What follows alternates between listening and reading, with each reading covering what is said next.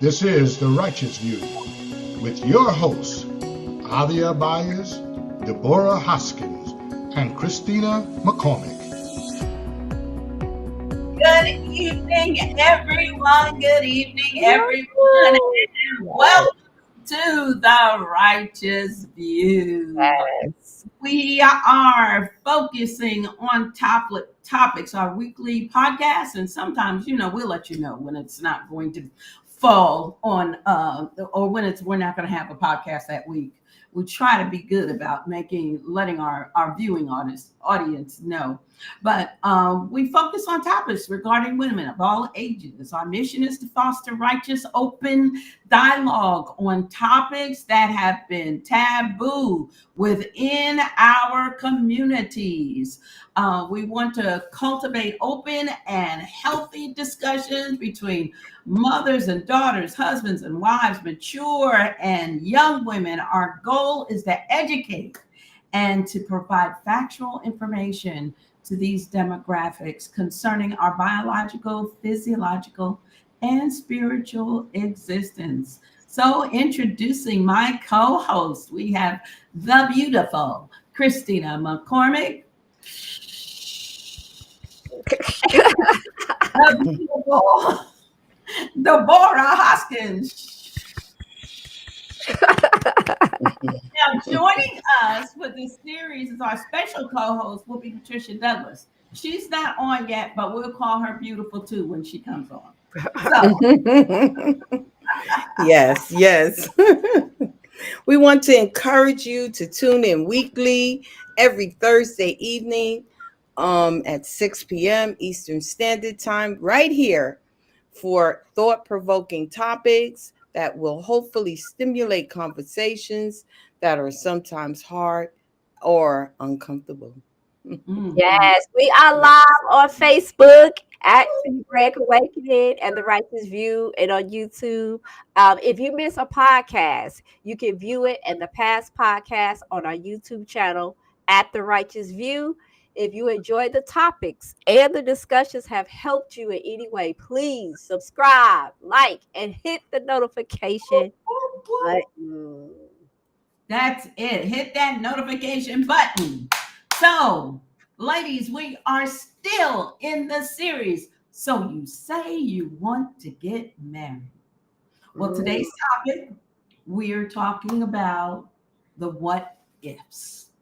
So we've gone through and tried to bring up some or think about some things that could possibly happen that may cause you to stop and say,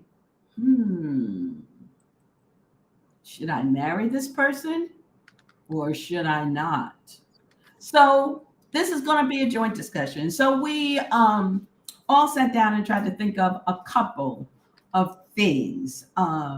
What if he? So I'll start it off with the what if he, and the two things that I thought of, and I guess should we do them one at a time, and then maybe I'll do one, and then we'll go through. Deborah, you do one, Christina do one, then I'll do my second, and we'll just go through like that until Patricia gets here. So my first thought was, what if he gets to we get to a week before the wedding and he changes on a major life plan, such as whether I can have a career or not, or if he does not want children. So we're talking about a major life plan, not just let's paint our room. We're gonna paint it, whether we're gonna paint it red or we're gonna paint it orange. I hope you wouldn't paint your room that color, but anyway, I mean, whatever floats your boat. So that was my first thought. What if he changes a week out? What should happen? There she go. There she Hello. Hey, and introducing our guest panelists for this series, the beautiful Patricia Beautiful. Douglas. Yay, doing? yay. Hi, gorgeous. Crazy busy, crazy busy. Oh my goodness. I know how that could be. Well, So much going on. well, you're here now. Yes. Yes. We're getting into the what ifs. So what we're gonna do, when each one of us, should have gone through maybe 2 what ifs. So I'm gonna start off. I started off with the first what if, and we're gonna do them in sequential order. So I'll do a what if. Prophet Deborah will do a what if. Christina will do a what if, and then Patricia, you do a what if. And then we'll go on to my second what if. Okay. So my first what if was you get to a week before the wedding. Uh-oh. 1 week. And he changes. You're shaking your head. You know it's going to be bad. He changes on a major life plan. Either, and the plan is like,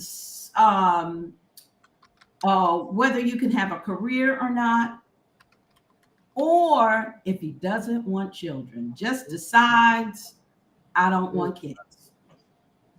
So we're going to open that up for discussion. What should happen?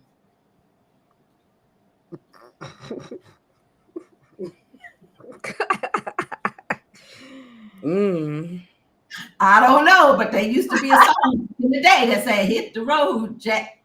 Don't you come back no more, no more, no more, no more." No, I'm just saying. I'm just kidding, because that's a major life It change. is. And if you've already discussed it, Mm-hmm. and it's a week away from the wedding, that's first of all, that would show you, from what I can think, that shows a character trait.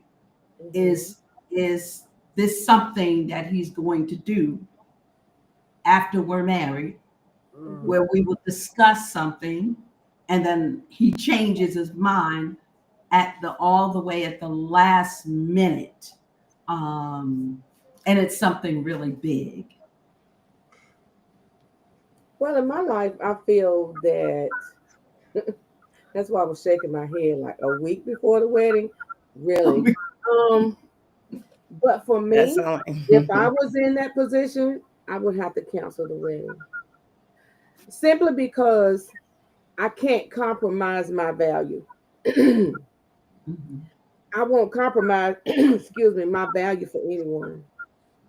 No one. Because in my desire, and we've already had this discussion, and my desire is to, either have a career or have children in our union, then to me, that's not something you compromise on. You can't compromise on, those are life decisions. You can't compromise on a life decision. I was just sharing with somebody just yesterday, and I was telling her, don't make a life decision out of your anger or out of your emotions, because life decisions have a way of coming back to bite you in the butt, so to speak. Right. So you got to be very careful that you don't allow your value of who you are and what you're doing to diminish for a person. Right. You can't do that. Don't put yourself in that position that you're willing to sacrifice something you have desired for your entire life. Right. Yes. You desired that. And now, a week before the wedding, here he comes saying, well, I've been thinking about our conversation, and I don't know. I don't think I want children. Wait a minute, what? And I don't want you to work. I'm the breadwinner. Well, that's fine. You can be my breadwinner, but you're not gonna tell me I can't work. If not, if that's my desire. Right. And if I've gone to school already and got my degree, my bachelor's, my master's, or whatever in that career, certainly not. I could not do it.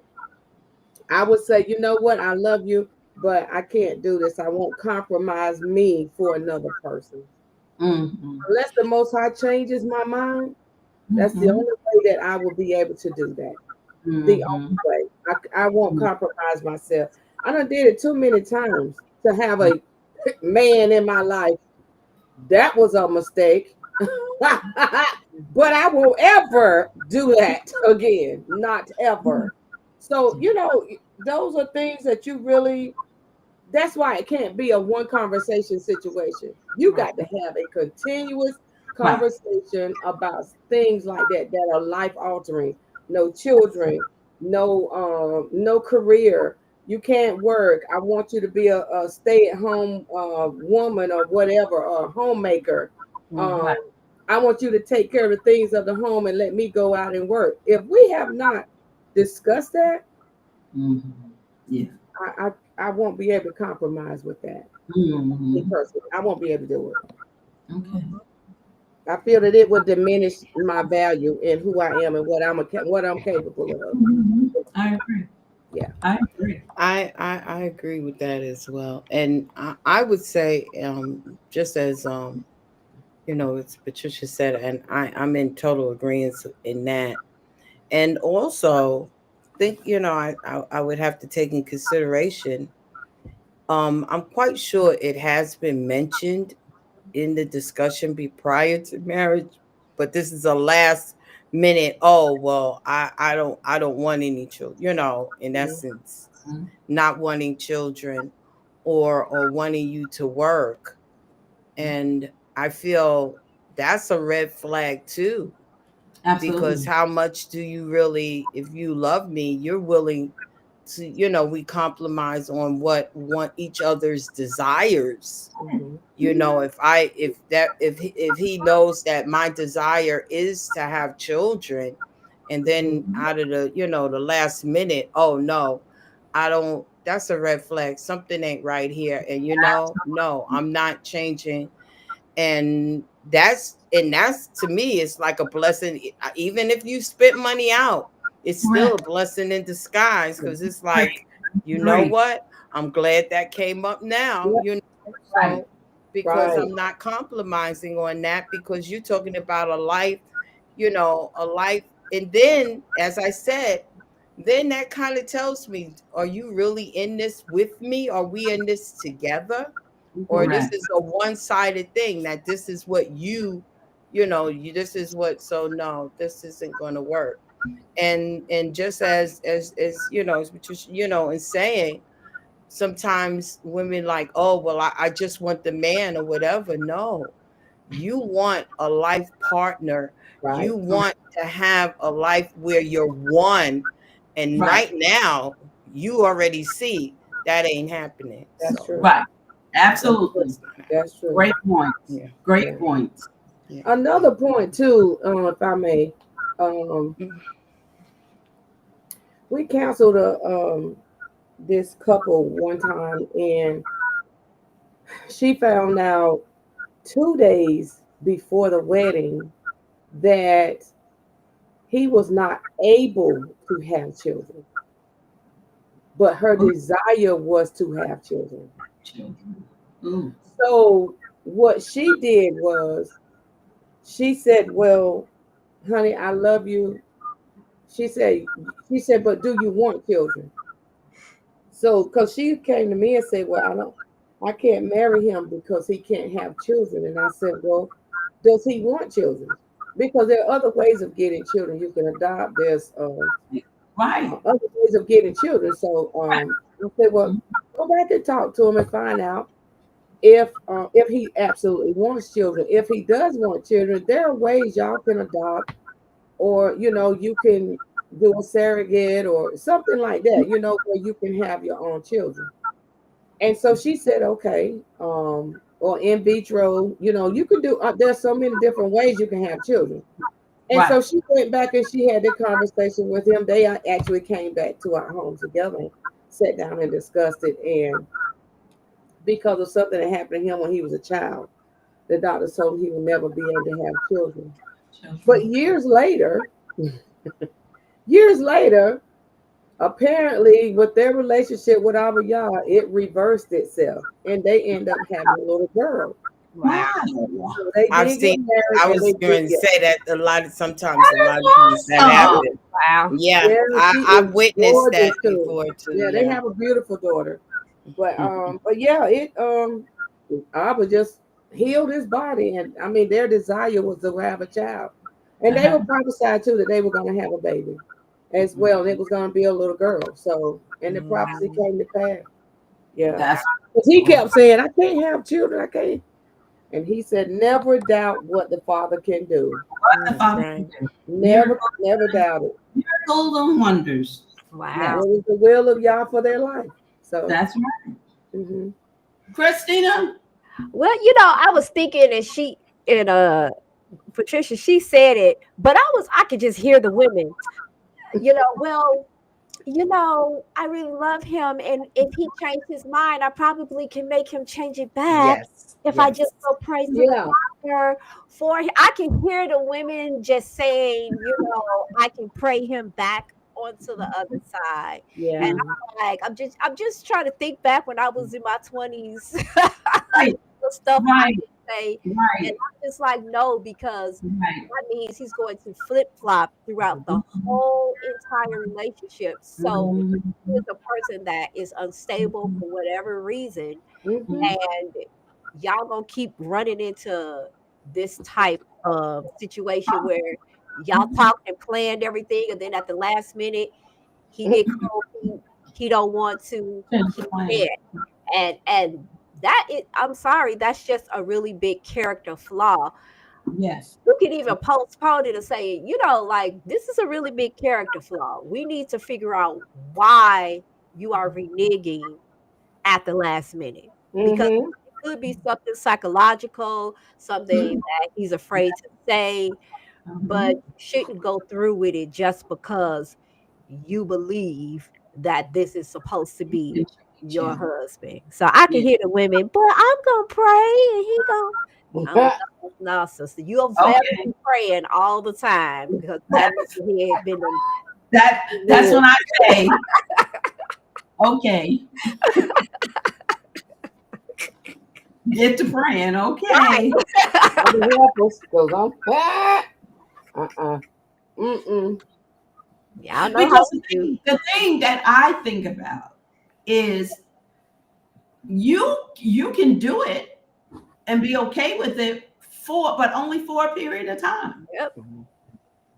And then after a while, it's gonna come to a head.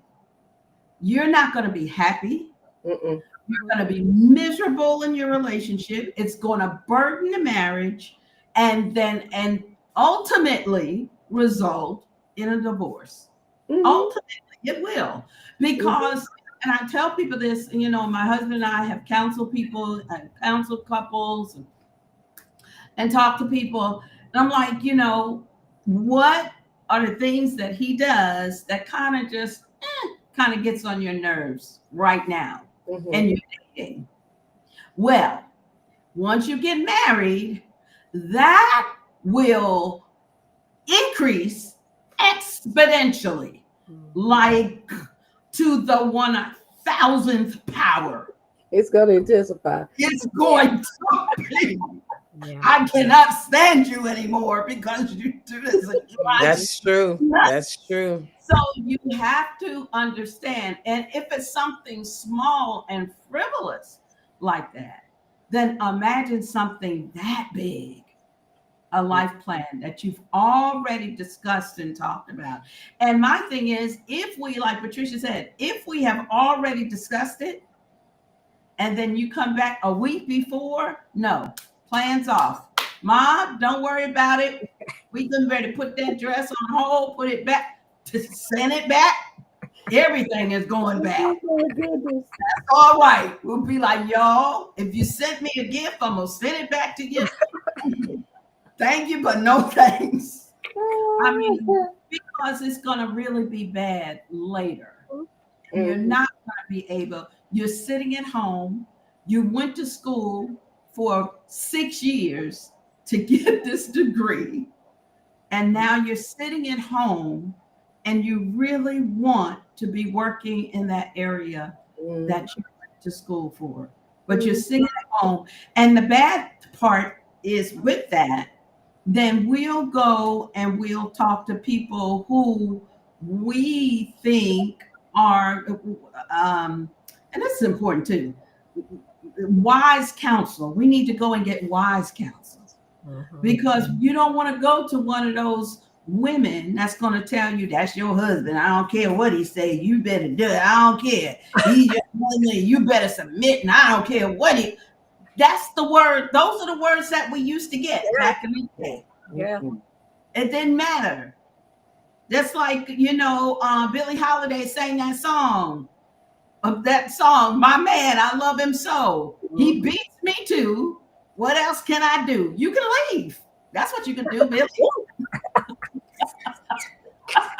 But that's what back in the day, it was like that.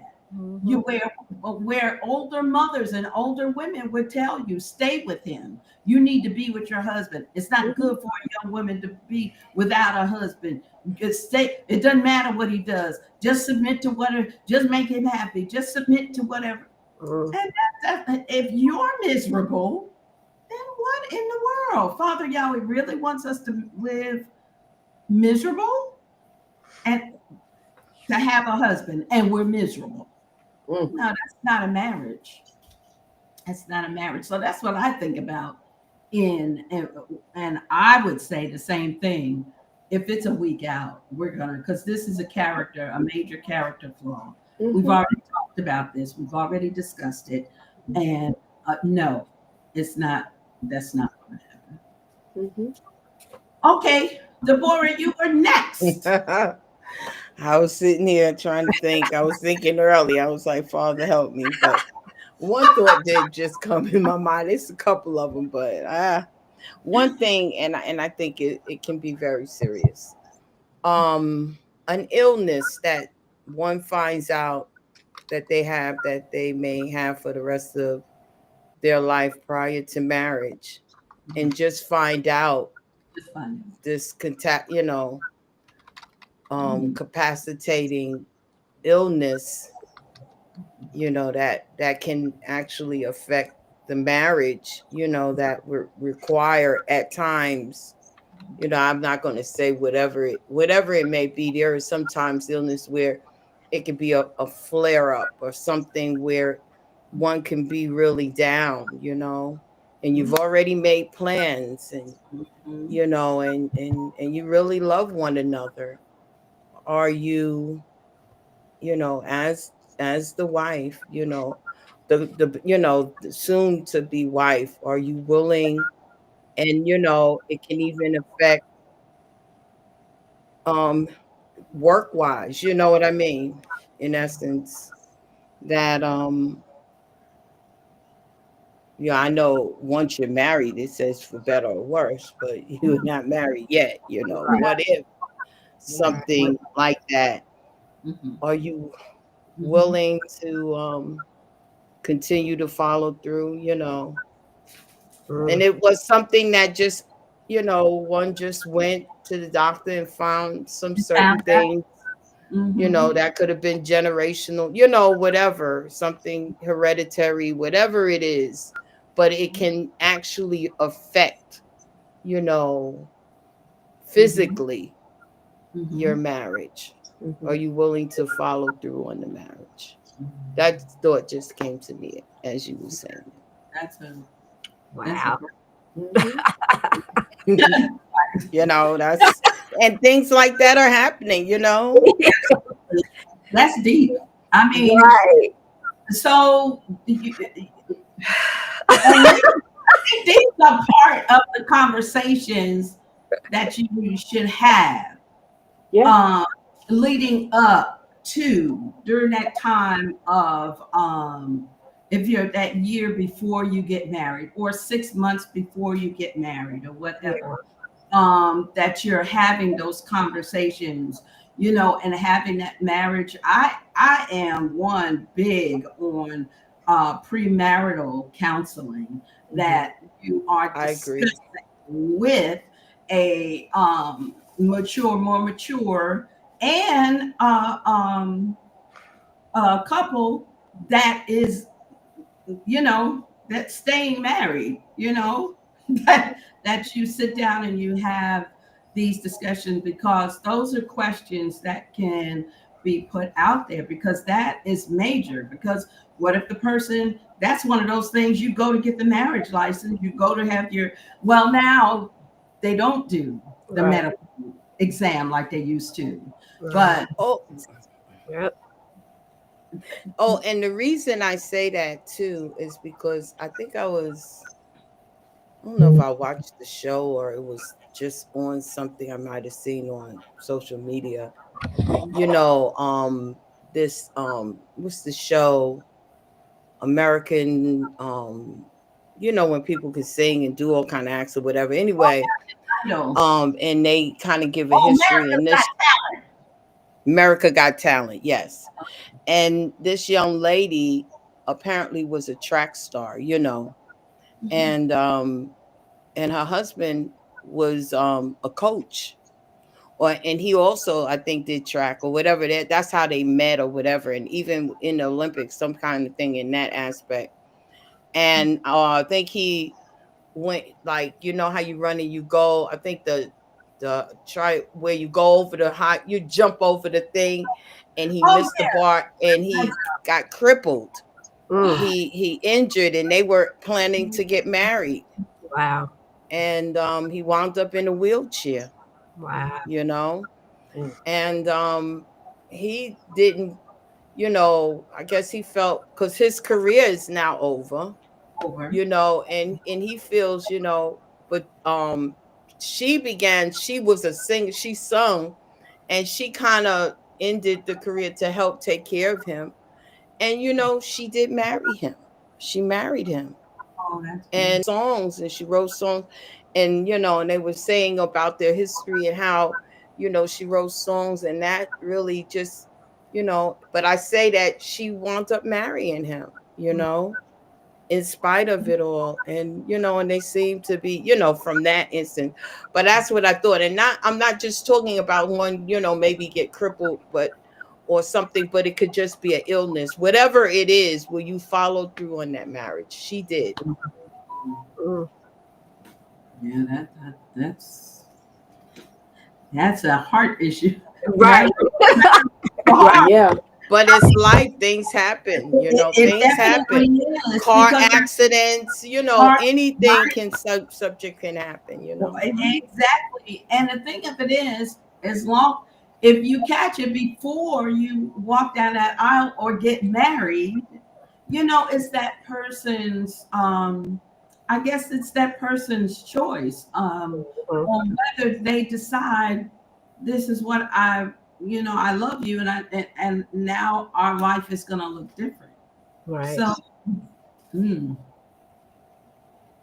yeah, that's a good one. That's hard, because it depends.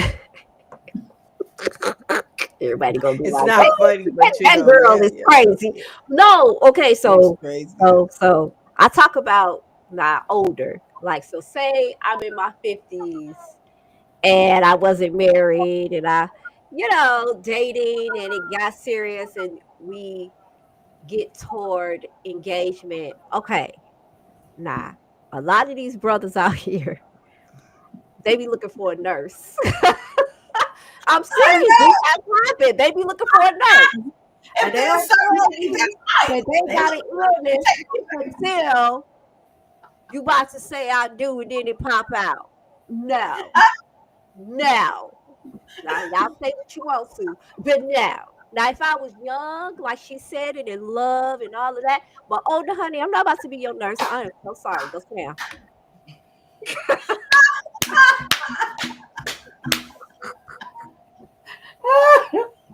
Oh my Father! Y'all just pray for me. Keep me before the Most High. Women, I've heard all the women say that.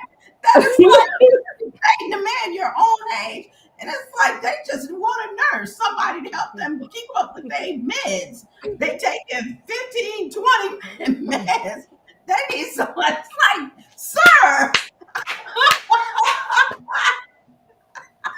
I need for you to go get out. Okay.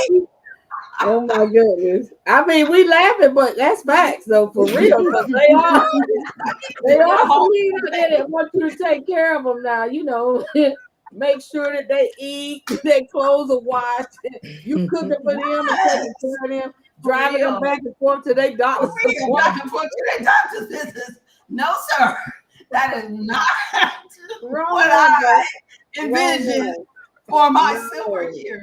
No. Well, and on another note, with all that medications, how much love life can you have? Good. And that's another thing. Exactly. Gonna be rubbing up on me, talking about I love you, baby. You don't. Go sit down. That's just too much. That is too much. Too much. That brings another point too. So what if she finds out? Because while they were in their dating season or dating process, they never came together. You know, they never had sex or anything like that. But she found out after the night of their marriage or the night they're supposed to consummate that he's sterile or he's impotent. Or he's impotent. You know what I'm saying? Or he has ED and don't want to admit it. Like, right.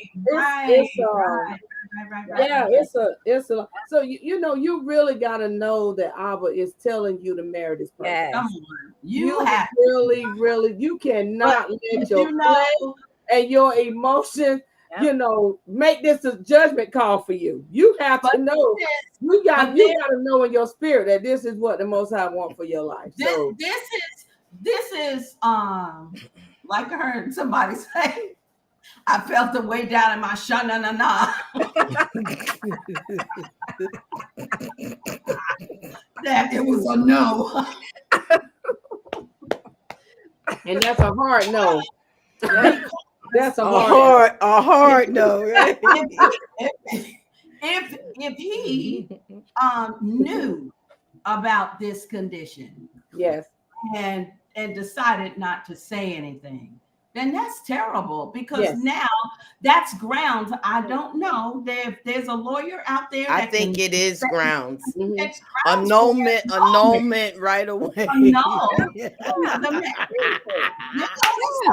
Dude, really? You're gonna wait until after we get married and then you are dealing with ED, you know, and we know that, and we're laughing about it, but there's you know, on both sides, there's so many different scenarios.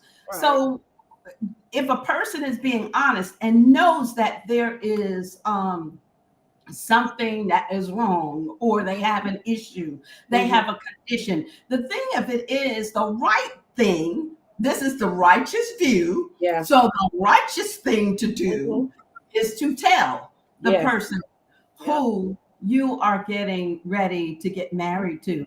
And then too, if a person, you know, if you are more of a, you know, you're a 50, 60-year-old and you are more upbeat, you are one that takes care of yourself, you go to the gym and work out and do, then you're going to be looking for someone that is more on that level with you, where you are not, like my old track coach told me one time. He said, Alvita, he said, it's terrible. He said, I'm trying to date out here and the pickings are slim. He said, I go and try to date women my own age and I got to help them get off the couch because they can't even get off the couch. It's true. It's true. It is true. Yeah. Wow. He said, or all they sit and talk about is all their medications that they're on. He's like, I don't want to talk about that. Right. It's time to regroup, brother. Really, find someone who is more on your compatible level. Right.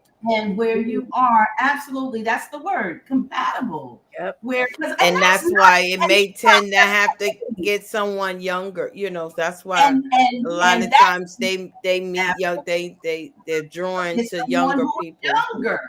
Because that they are more compatible. But you know what? This could go for 20-year-olds. It could go for 25, 30-year-olds. I mean, it really can. because people, all kinds of scenarios are, Mhm. it's out there, and things are happening concerning people. Sometimes it's like the gentleman was told from when he was a child, he's not going to be able to have children. So that's something that he knew. Or if a person finds out, that they even have, contracted some kind of disease or disorder, and now, but the thing of it is, the righteous thing to do is to go to the person who you are now engaged to and sit down and have that conversation. And sometimes I think people are so afraid that a person is going to, walk away or say, I'm not going to be able to marry you. But it's better that that happened than to marry them. And then you have this whole situation, and a person just feels, because I would feel like I was deceived Mhm. and I was drawn into something that Mhm. I did not buy in for, True that. you know. True that. Yeah. Yeah. Yeah. So true. So Yeah. true. Okay, Christina. Y'all What is, clutch your pearls because this is happening. I don't have any more. Clutch your pearls. This is happening. Now, this probably gonna be a personal preference, but it's still something you need to think about in 2025. What if he tells you that he was gay or in a homosexual relationship, right? I thought about no, but it's true. It's true. Like if he was gay in a homosexual relationship and y'all about to plan, the marriage date, and he like, I just want to get this out. I'm I'm I'm delivering. delivered and set free. For real. Like this is personal preference. Like what would you do? And that's why I say it's personal preference. What would you do? Because this has happened, Yeah, it has. It has. you know what I'm saying? And inside of the marriages, they must then talk about it, and oops, the pastor in the bed with the man, and the wife decides to stay. I've seen that too. So this is something we got to talk about in 2025 with this sexual fluid. Yeah. Y'all know what I'm trying to say. They're very fluid. They don't have sexual preferences. I'm old school, so it it would be a no. Personally, for me, it would be a no. Personally, just for me, this is not to shame anybody, but this is what I'm saying. Like, you got to know yourself to be honest with yourself, not for what society say, not for what your girlfriend did. For you, what would you do if that person said, Right. maybe it was just one time, maybe it wasn't just a relationship, maybe it happened once. What would you do? That's a hard no for me. Hard no. She said hard. Yeah. That's a hard no for me because again, it goes back to how I value myself and what I will not allow in my life. Because when you know what your own struggles in life have been and how long and how hard it took for you to get where you are in your position in life, and then this person tells you, well, I love you, but I have something that's been on my heart to tell you. And I've been in this relationship before with a man, and felt like I needed to let you know, but I am delivered from this spirit, this homosexual spirit. I've been delivered from it. Then I would honestly look at them and say, you know what, I appreciate you telling me that, but because of who I am as an individual, I can't honestly say that I would be, comfortable being in a relationship with you, because what if it comes back? Right.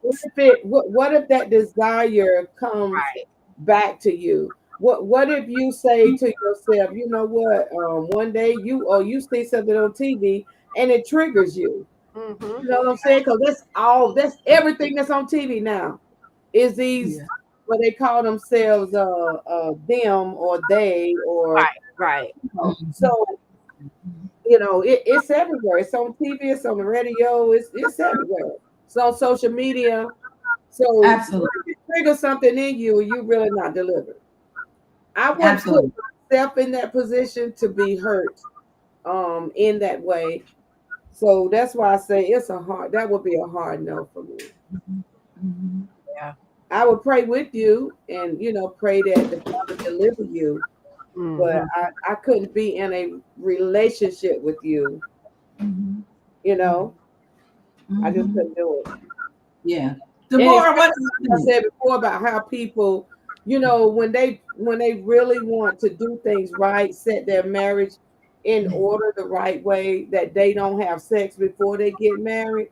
They're really, staying away from that part of it because they know once they do that, they feel like they've broken, something within themselves if they've been trying so hard not to do that. Not. So, but no, I wouldn't. I wouldn't be able to do it. Me personally, that's my personal preference. I Mm. couldn't do it. Mm. I would say for me, probably not. I don't know. I don't think I would. And just as Christina said, in this day and time, these are, and this is why my heart really goes out to a lot of the young ladies today, because Yeah. this is so prevalent. It really And is. It really is. it's really a sad situation.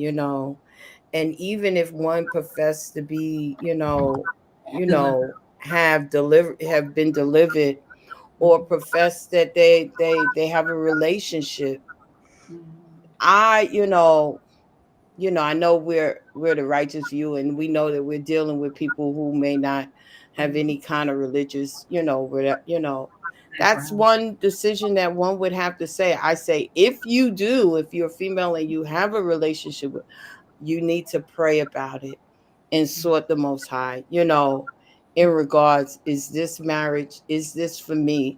Because the person may truly be delivered, and I know different ones, and I've heard,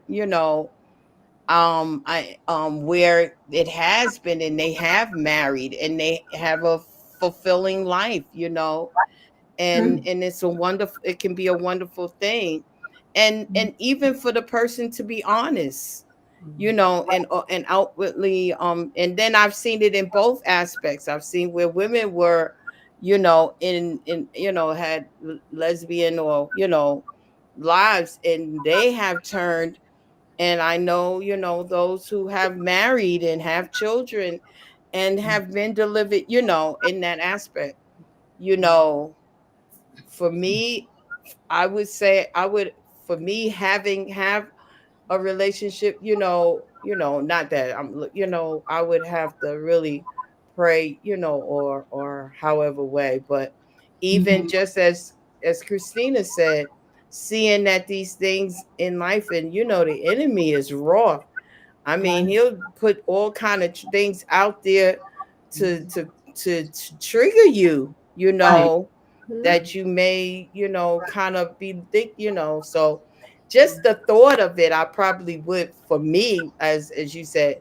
But it's not about me per se, it's about, that couple, or that one who That. may be coming, or who's on here listening, and this, arises.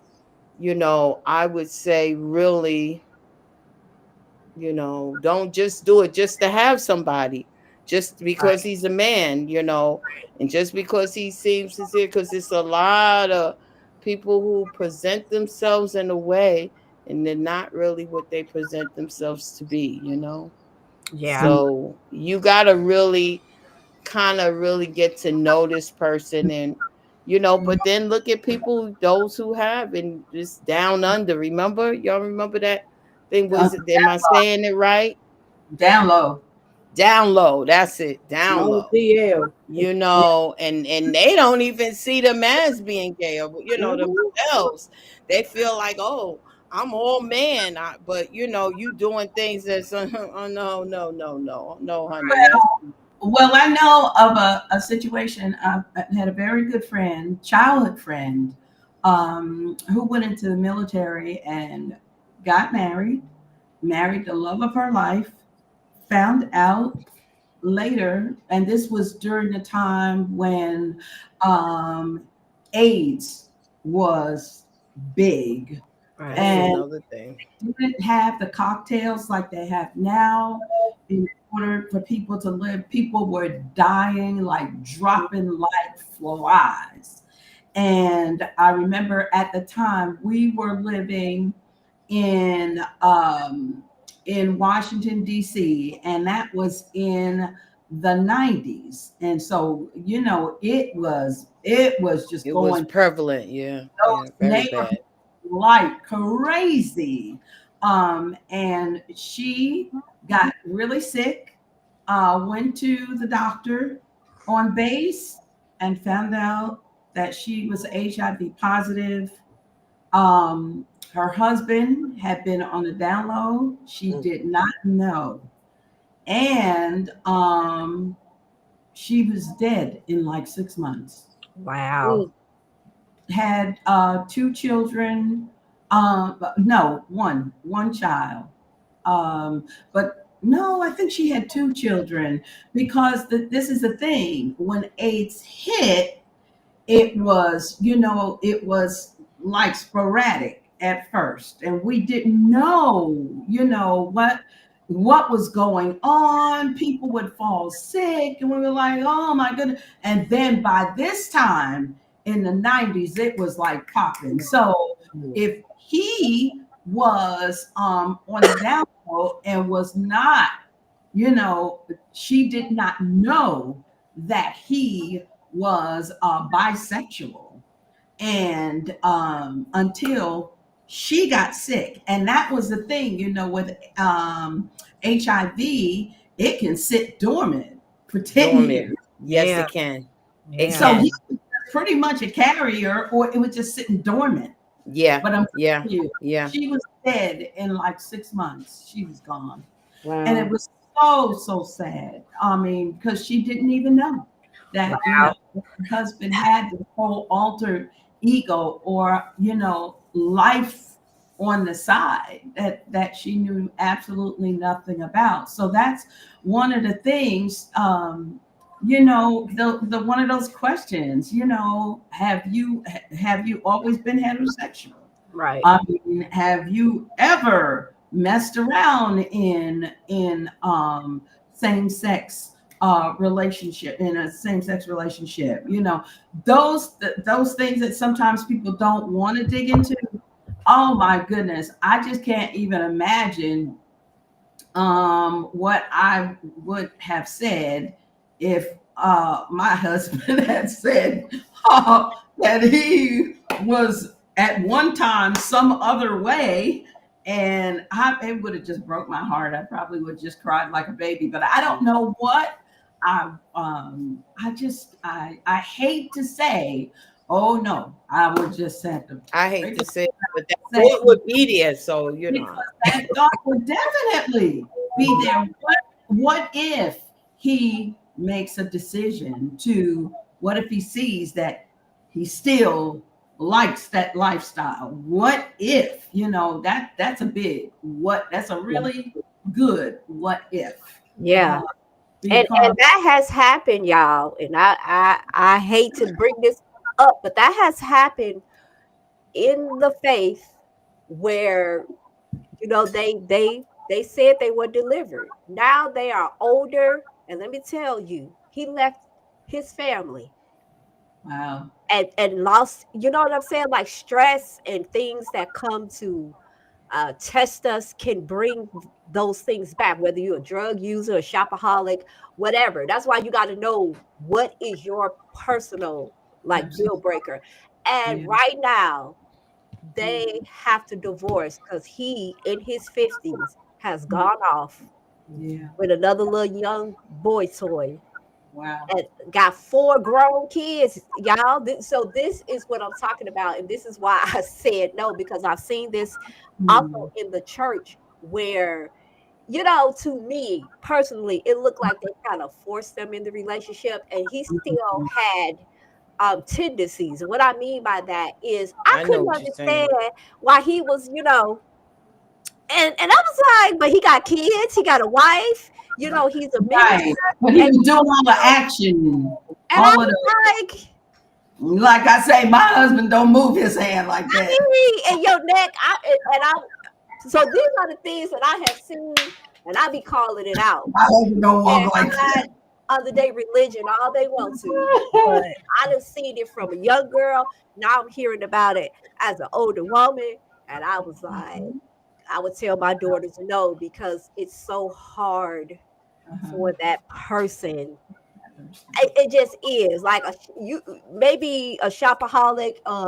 We talked about finances. That might be a deal breaker for you. You might Right. can't pick a woman that That, shop a lot. right. But Right. sex, it's so many things that I hear dealing with AIDS now. As you all were talking, there's a Yeah. situation where it's almost a Tyler Perry story, and they took the person back, and he went back out there knowing he has HIV. You see what I'm saying? And this is inside of a marriage, and I'm like,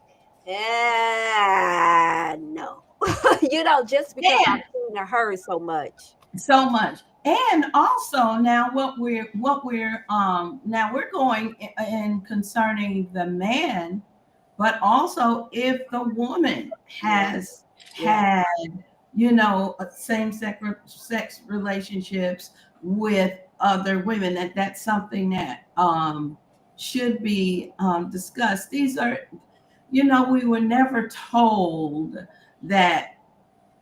And there's always that area or aspect of just being really frightened or afraid that the person is not going to marry you and Right. that they're going to walk off. Right. But even if being a woman, if you have been delivered from Right. that's a conversation that you should have with the man who you are going to marry. And just so many times, people don't have these discussions to let you know this because our upline didn't talk and Right. then didn't talk about stuff like that. And because homosexuality has been around for centuries. I Ever. mean, Forever. we see Father Yahweh destroyed 4 cities in the plains outside Yeah. of Sodom and Gomorrah for that very thing that was going on. So I mean, it's even in the Torah itself that it discusses about that. We see in the renewed covenant it's talked about. We know that it's many countries. That's in the constitutional laws of Ghana that sodomy is absolutely against the law, and that if you are, caught doing that or trying to turn someone over to it, that you can go to jail for a long time. And the president, they were like, the parliament was like, and we will rehabilitate you. You will Wow. be rehabilitated. Wow. And so these countries that have that written in their constitutions, you may not see, you don't see a whole lot of that. Islamic countries, when we went up to Egypt, I don't remember seeing that, just strutting around Egypt. Why? Because they have laws against it, so we don't see that here other than in Ghana, other than the diaspora that come over. And they come over with that, but they have to be very careful because they will arrest you. They absolutely will. Now you said that the laws. Now you see they have enforced, or have made laws where you can have same sex. But do you know that in the Constitution here in the United States, now I don't know if they changed it, but it was also in the penal laws that we were taught that sodomy is against the law. It's against the Even law. us, even it is, but they don't enforce it. They don't enforce it. Sodomy is against the law. At a time, adultery was against the law. Against the law. You It was could be in the penal law. It was in our committing laws here, adultery. Yeah. but they don't enforce it now. I guess they done threw it out because if one is in a same-sex marriage and you're two men, you are committing sodomy. Ain't no other way. Am I right or wrong? Right. And Absolutely. either way, it's sodomy, whatever, Right. So, but when you said regarding, two women, now I have, and I personally know of some, even within the faith that have even testified and openly admit, that they were and have been delivered and are married and have children and are in beautiful, in a wonderful marriage. Now I see, and I hate to say that, I find that with women that more, from what I personally see, I can't really say on the man's because I don't really, but on women who I have now personally see that change is, like it's like it's more prevalent where they may stay that way. Yeah. You know what I mean? Yeah. It's a difference. It is a difference. Something with the men, it's like it's really a strong spirit that, even if they're delivered, that they can be triggered. I don't find that as strong with the women. And I mean, that was at a time, and and now seeing the times that we're living in now, so Yeah, I agree with that. That's a great point. Okay.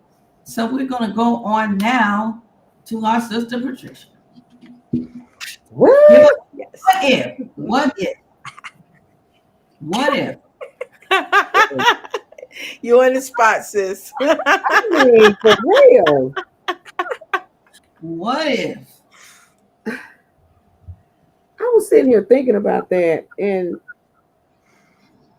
I guess for me, what if, he says to you, honey, I know we have had this discussion and we've talked and everything, but I've decided that after we get married, I'm gonna move my mother in to take care of her. Oh wow. And he looks at me and says, this is my decision that I've made because this is my mother. So we're not gonna have a discussion about this. We're not gonna talk and say, well, are there other ways that we can do? First of all, we're newlyweds. We're newlyweds, and you're moving in your mother who is someone that really needs to be in a facility, to get 24-hour care. And we're newlyweds, and you're telling me that this is what is going to happen. So what if, you find out that he is, and that was just one scenario, but what if you find out that he is, after you tie the knot, and you find out that he's very controlling, demanding, and very persistent with it. So what do you do? How do you live with that? Do you just accept whatever he says because this is a person that you love? That's why I keep saying, and it's hard for me to really answer the question in like a natural sense, compared to a spiritual sense because of my position in my relationship with the Father. So exactly, if I'm wrong, then y'all correct me. But it's hard for me to to grab it from another angle when I've been in Aspect. this one for so long, trying to Yes. understand. That's why I keep saying over and over again, you gotta really know that Abba has placed this person in your life on both Mhm. sides. He's placed this woman in your life, he's placed this man in your life. And Mhm. I've gotten to the point where I realize that he don't put us together because she's pretty and he's fine, and he wants y'all to make some pretty children. No, I will put us together for the sake of ministry. So when those things are coming forth, because you've seen people before, like, dang, how she get a man that fine? What did she do to get? How did he get that woman? She's beautiful and he's ugly. People have those things going on in their mind. So it's like, Yeah, yeah. but if you ask the individuals, they'd be like, well, I love the way he takes care of me, or I love the way she caters to me, or I love our relationship. I love living life with her, or I love, working in life with this individual. So, but what if you find out that he's controlling? He is the master manipulator. Mm. He is a narcissist.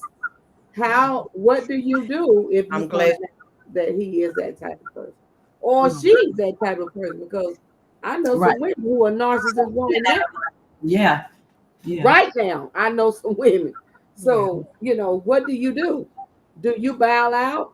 But you find out after you get married. What do you do? Oh wow. I'm wondering here with that. So that's a really, really good what if too. So oh, because there's certain characteristics that come out. Now I do know a couple of situations, and because I've counseled these women, only two I can think of situations where their husband truly, I'm talking about, flipped on the honeymoon. Mm. Flipped. I Mm. mean, girlfriend got her hind parts beat like she never been beat before What? on the honeymoon. Another person, he got home. They got home, pulled up in the driveway. And he said, get out and go fix me some. I mean, loving and wonderful. The honeymoon was just on point. She was like, we went to, I can't remember where she said they went to, but they were just celebrating life. And she had waited. She was like in her 40s or so. She had waited on purpose to meet a man. She waited for this man. Now she had been married before and had two daughters. So she had two grown daughters and would not date anyone else until she met the right man. And this man, she said, when I met him, this man was on point. He was loving, nurturing, caring. The honeymoon was just on point. They drove up in the parking lot and Mm. brother flipped. I Mm. mean, that's a manipulator Yeah. to the highest degree. Mhm. And her life, everything went downhill from that point. He then, she found out that he then got addicted to drugs and started stealing. She was a bus driver, and he started. Sometimes, she would have money in the bag from her bus route that she would have to turn in. He would go and steal it. He would just, I mean, just, it was a horrible, horrible situation, even to the point where I had to be one of the witnesses in her case. And they ended up giving him like 8 years for battery and for, theft and for just, I mean, but she said right after the honeymoon. So I know Can that I? there's only known two Yeah. that I know of out of all the women that Yeah. I've counseled and spoken to. Yeah. only two that happened. All of the rest of them said there were red flags, and I paid no attention to them. I thought I could change him. I thought I could love him through it. Mhm. Thought, but if he is, one thing is true, is not you're not going to be able to fight him physically. Right. Just generally, man is stronger a woman unless you like, you're a professional boxer or kickboxer or karate, martial arts specialist. Then you might be able to kick his hind parts and put him out the house, But there's got to be, are there red flags that we're not paying attention to and think, well, I can make it all right. You're saying that because narcissists, they love bomb. They love bomb you. Mhm. And that's a sign in itself. Mhm. When they're overly just doing everything, they're like, this is just like a dream come true. This is my shining knight in armor, Mhm. Everything that appear to be ain't necessarily, Right. that's a sign in itself. Mhm. When they love that love bomb. I mean, and it's like a bomb, boom, to get you off your, where you don't even see. And that's why it's so important to have discussions. Right. I mean, Right. deep discussions on what if this and what do we do, because with a lot of times they don't like a lot of questions. They don't like, they'll love bomb you, but when a lot of questions is coming, Right. They don't you're going want to expose some of those exteriors. Mhm. And that's why it's important. Don't just get caught up in just that, but get to start asking questions of Absolutely. when we get married. What is your feeling on that? That's why this is a wonderful thing that we're doing. What if, discussions, having these deep, hard question discussions, because one thing about a narcissist, too many questions and too much digging in, some of that exterior is going to show forth. That's right. Mhm. That's right. Now, that I'm like, so we're talking about you already married. It's gonna lead to separation and divorce. You already know it. Just depending on how mature you are and how much you love yourself to know that, okay, it's time to go. Annulment. This is not what I thought it was. You tricked me. Annulment. But most of the time, women are going to try to stick it out. I already know how we are as women. Right. But it ultimately is going to lead to separation and then divorce. So narcissism is such a hard thing because, like you said, as women, you just enjoying the love bombing, and you Yes. eat that up. And most of the time, we get tricked with that narcissist, and they are very, very cunning. They're very charismatic. Yes. They do abuse you. The community. Oh, they could never. They could never. Mine was. That's right. He was the poster child of a narcissist, and he was very nice looking and charismatic, and nobody, like to this day, I still think nobody really holds him accountable to anything ever. And it's such a dangerous situation to be in with a true narcissist. Now, I know they overuse that word, but when you narcissist, he played cops. He played I remember that judge looked at him, and they were like, "Well, you all look good together." We in the courtroom for child support that he ended up didn't pay because he was so charismatic. And by the time he finished with that judge was like, you can pay whatever you need, $24. It was something ridiculous like that. And Wow. we are in the court for that. And all people could talk about was how nice we look together, how good why can't we work things?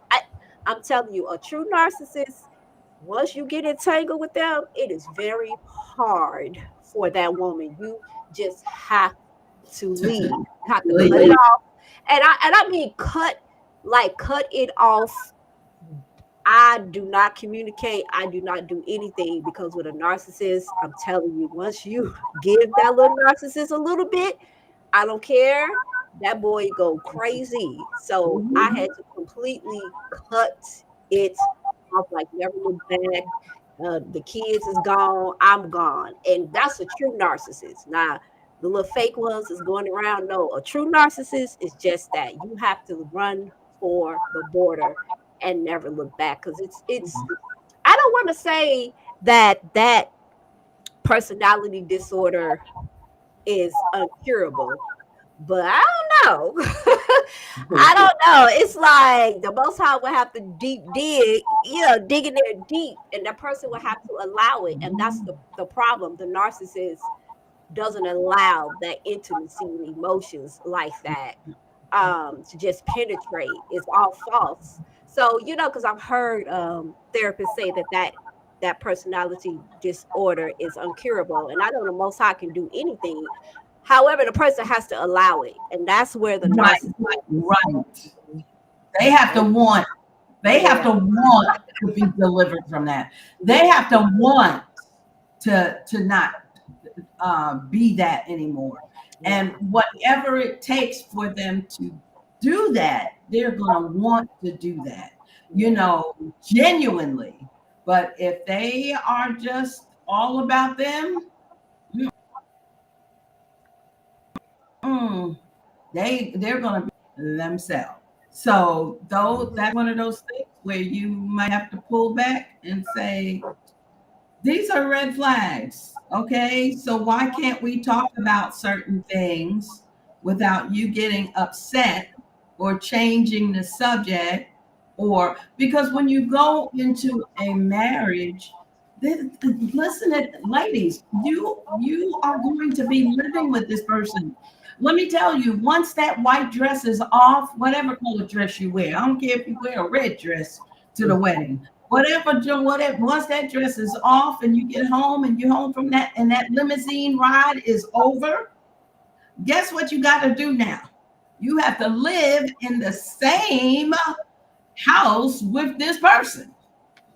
So you need to really sit down and say, if you're having a problem talking about things about your life, your likes, your dislikes, what your future goals are, what are you thinking of or envisioning as the visionary of this family?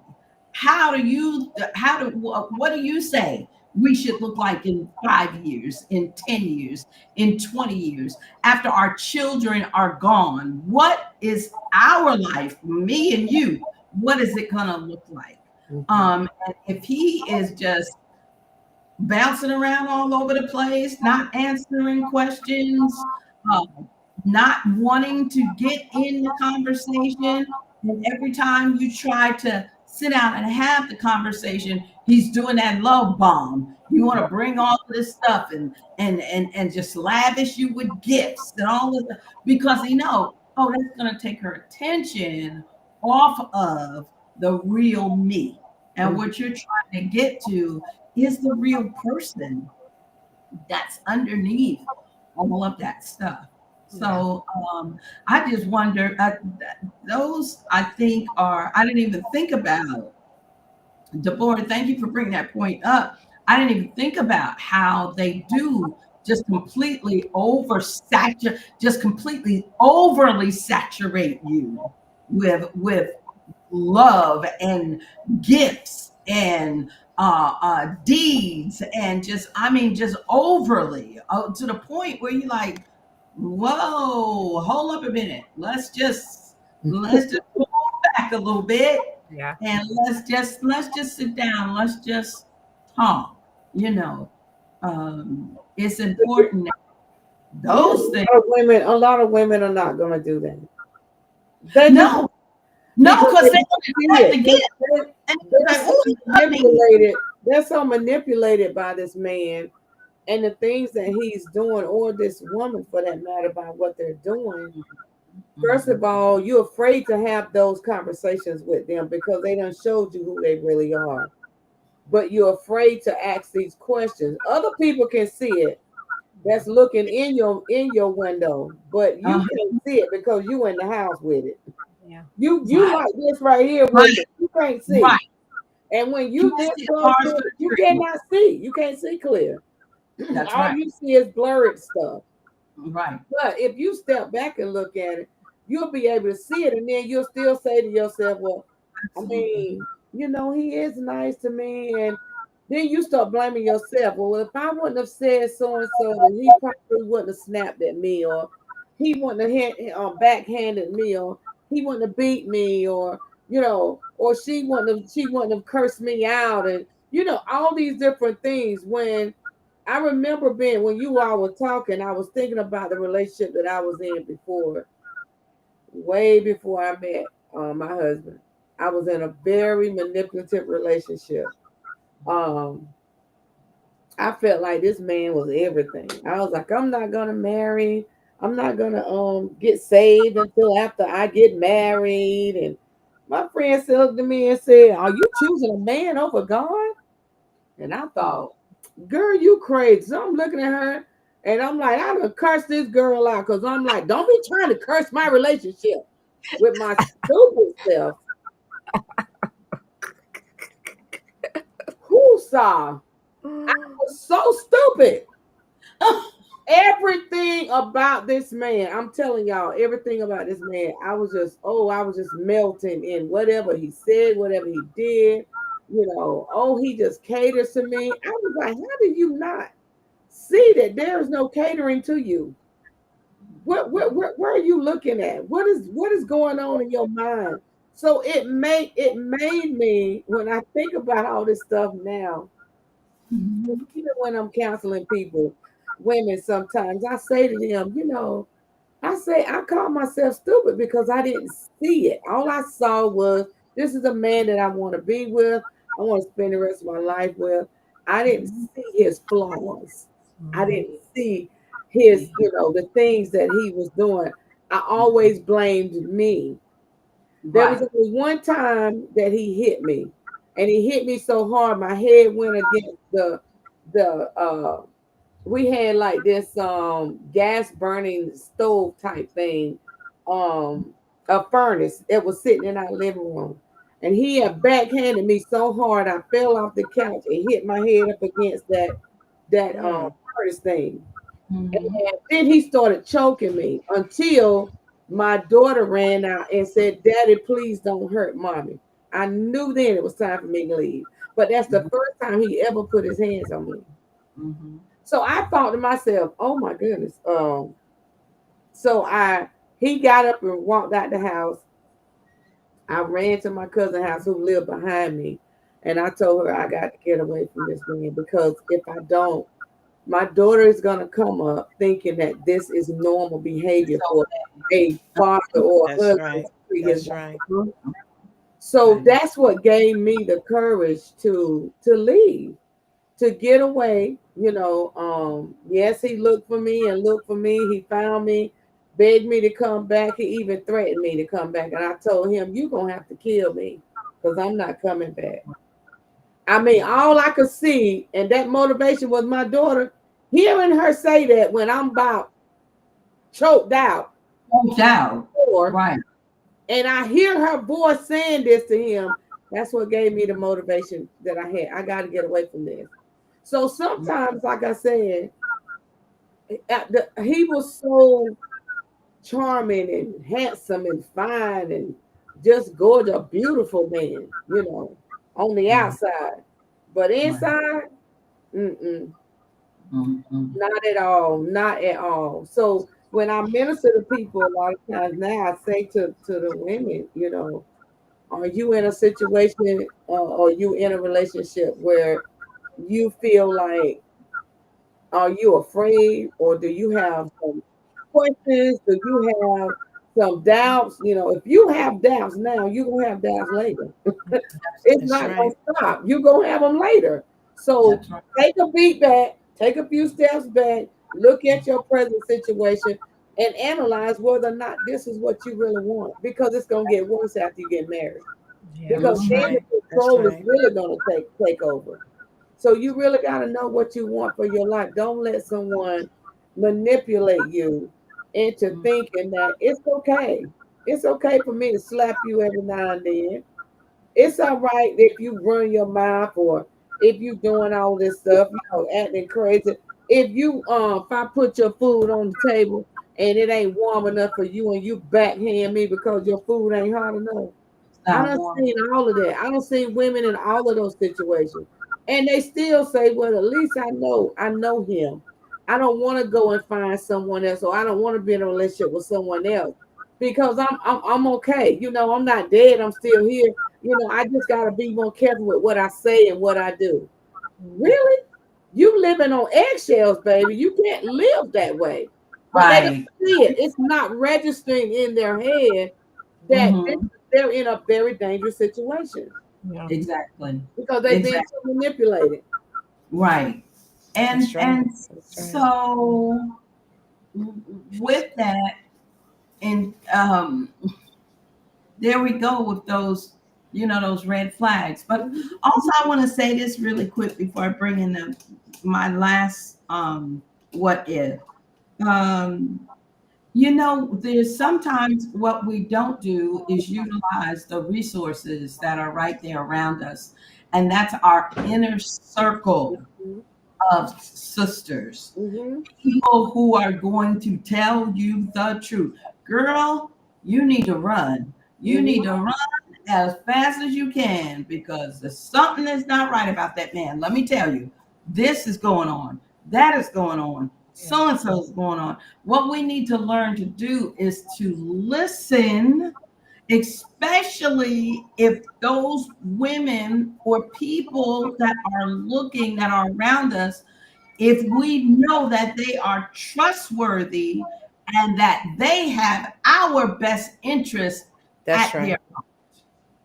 So we sometimes don't want to say, and we've run into that. I've seen that. I've seen that with older women. We won't say anything to anyone because they don't want anybody to tell them, to say, girl, why are you doing that?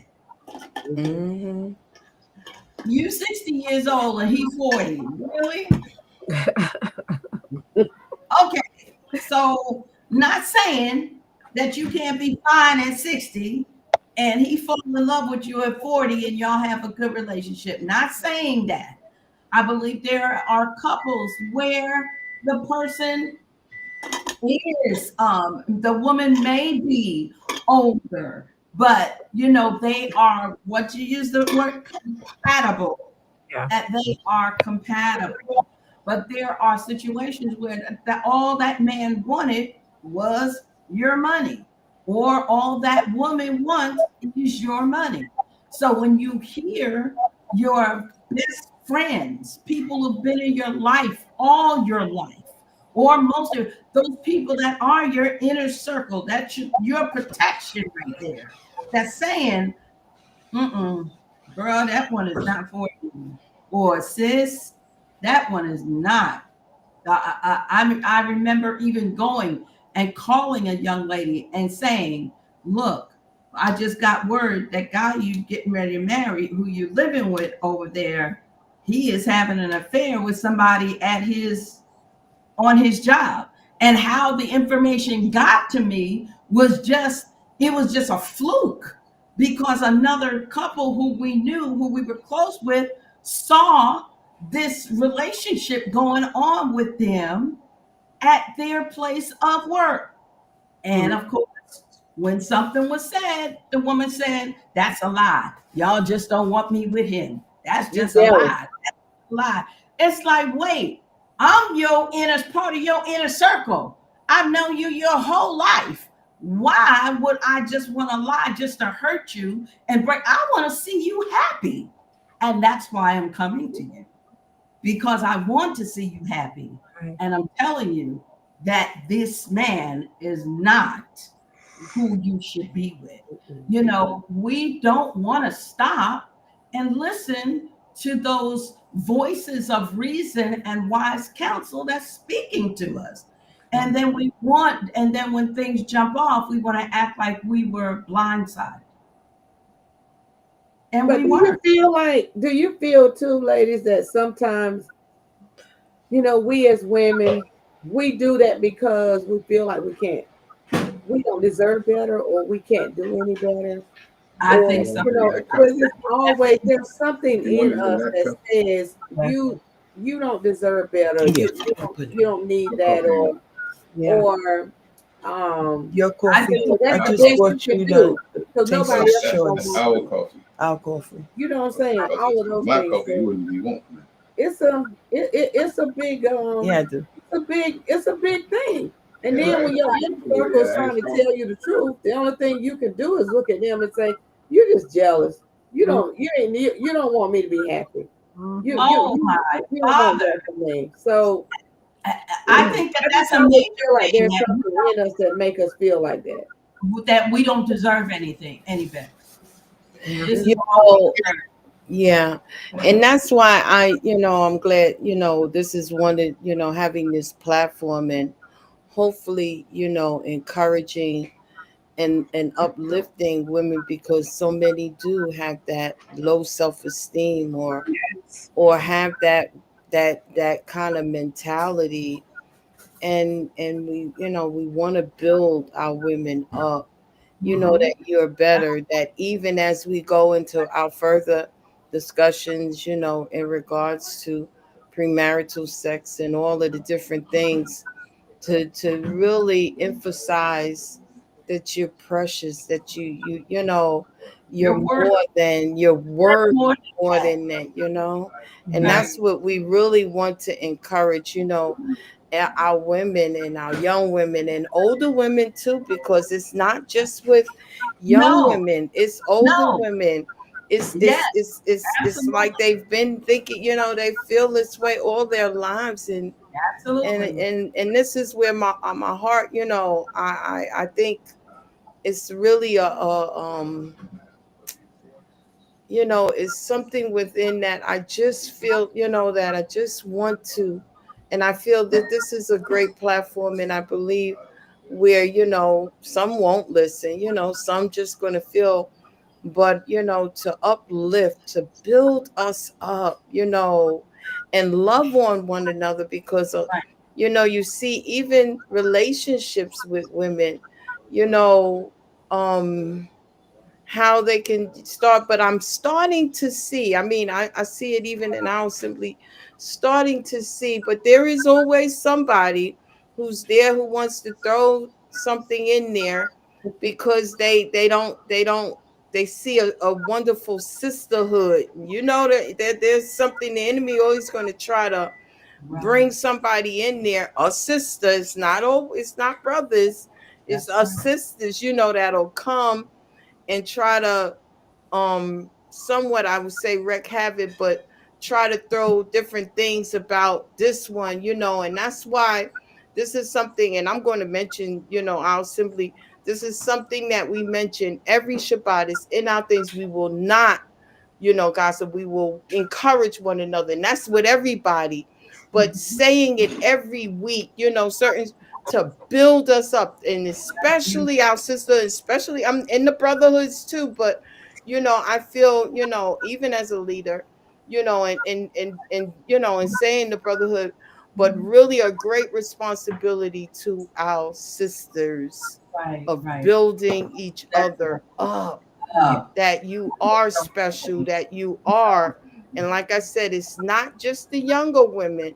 And the no. sad thing is that sometimes some of the younger women have more self confidence than some of the older women, that it really needs to be brought out. Well, Well, you know what? I think that that is definitely, and we need to really hit on that as we are talking about women going into middle age and into menopause, because there's things that happen, in our bodies True, true. that can cause us to, just to feel our self-worth.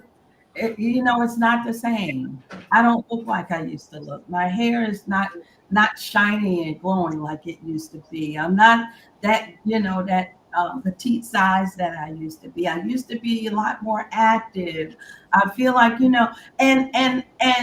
I'm saying this from a real tangible standpoint, because always having been active and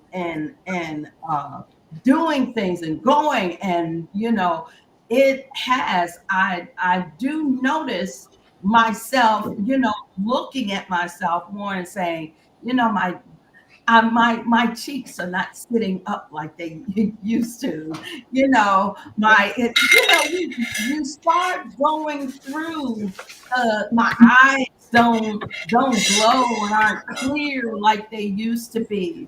You go through these changes. As a woman, and the thing of it is, a man can be, and I always said this, a man can have on a t-shirt and a pair of jeans, and you know what?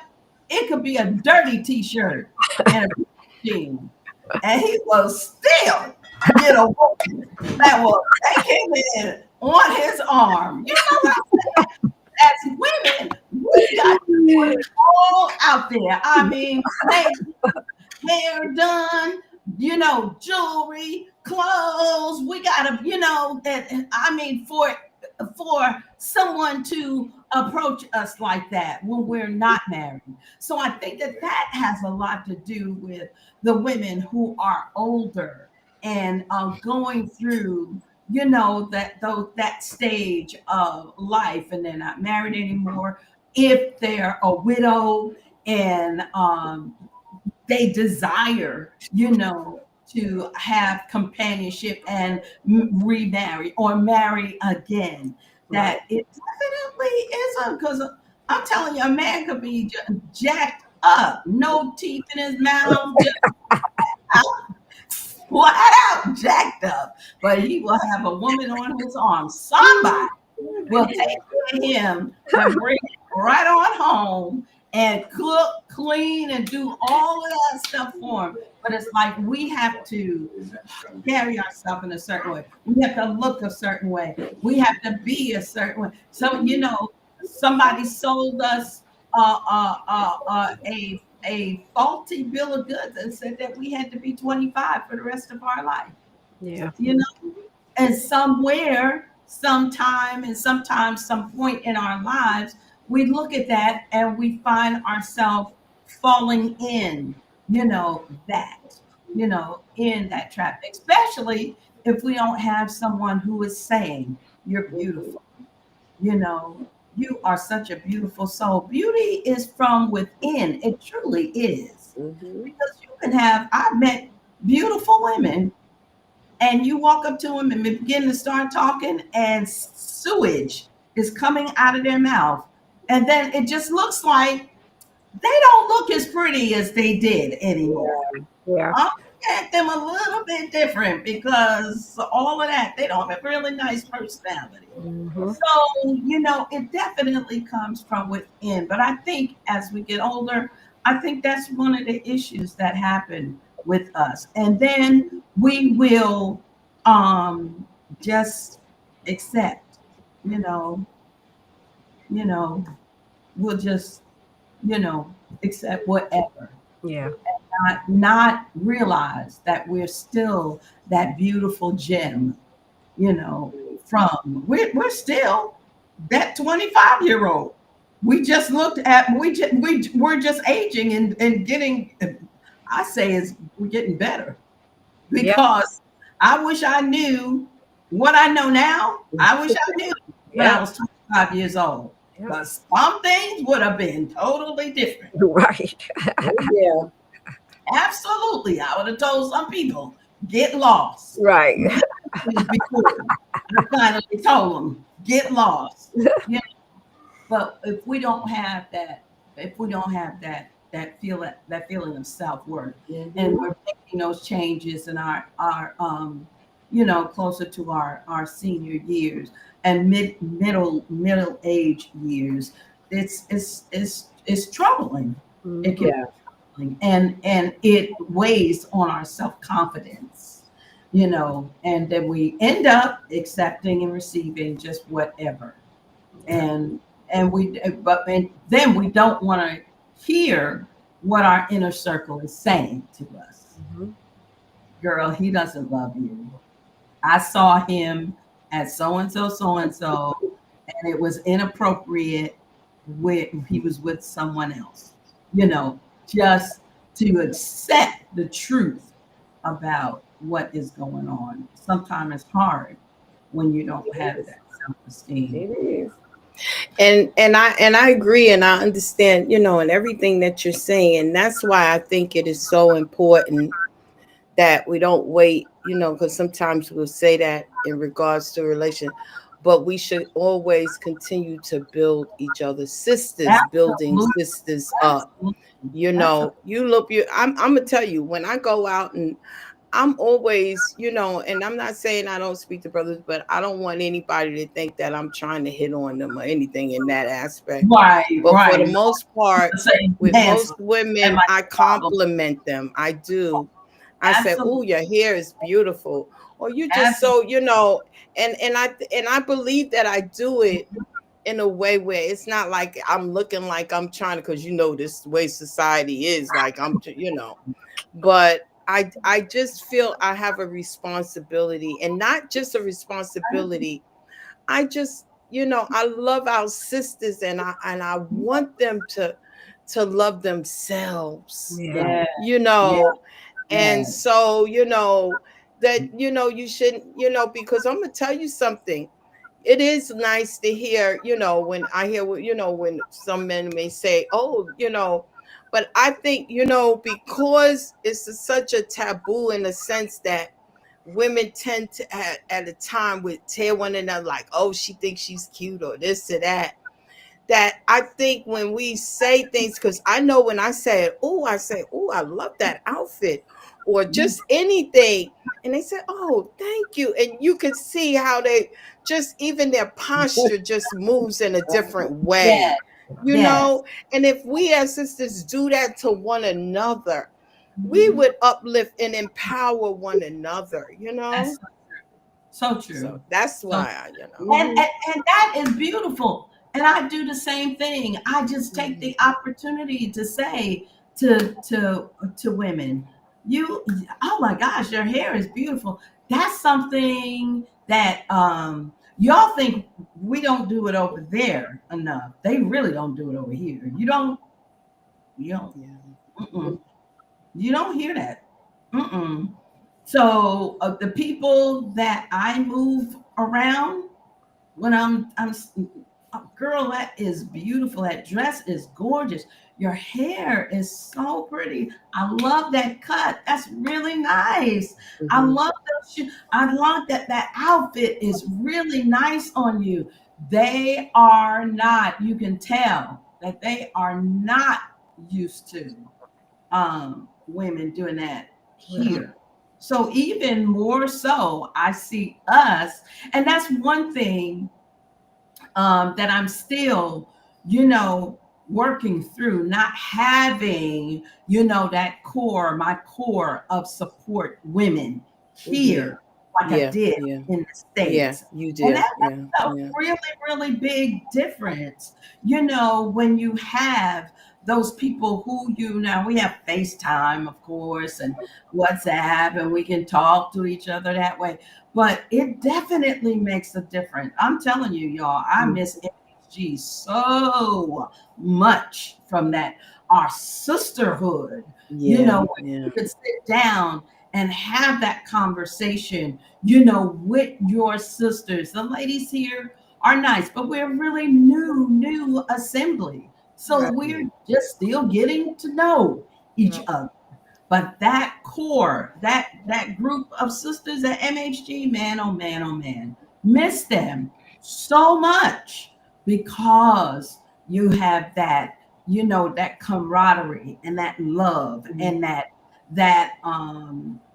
where you have that sheltering, that somebody is going, put their arms around you. They know that you're not okay.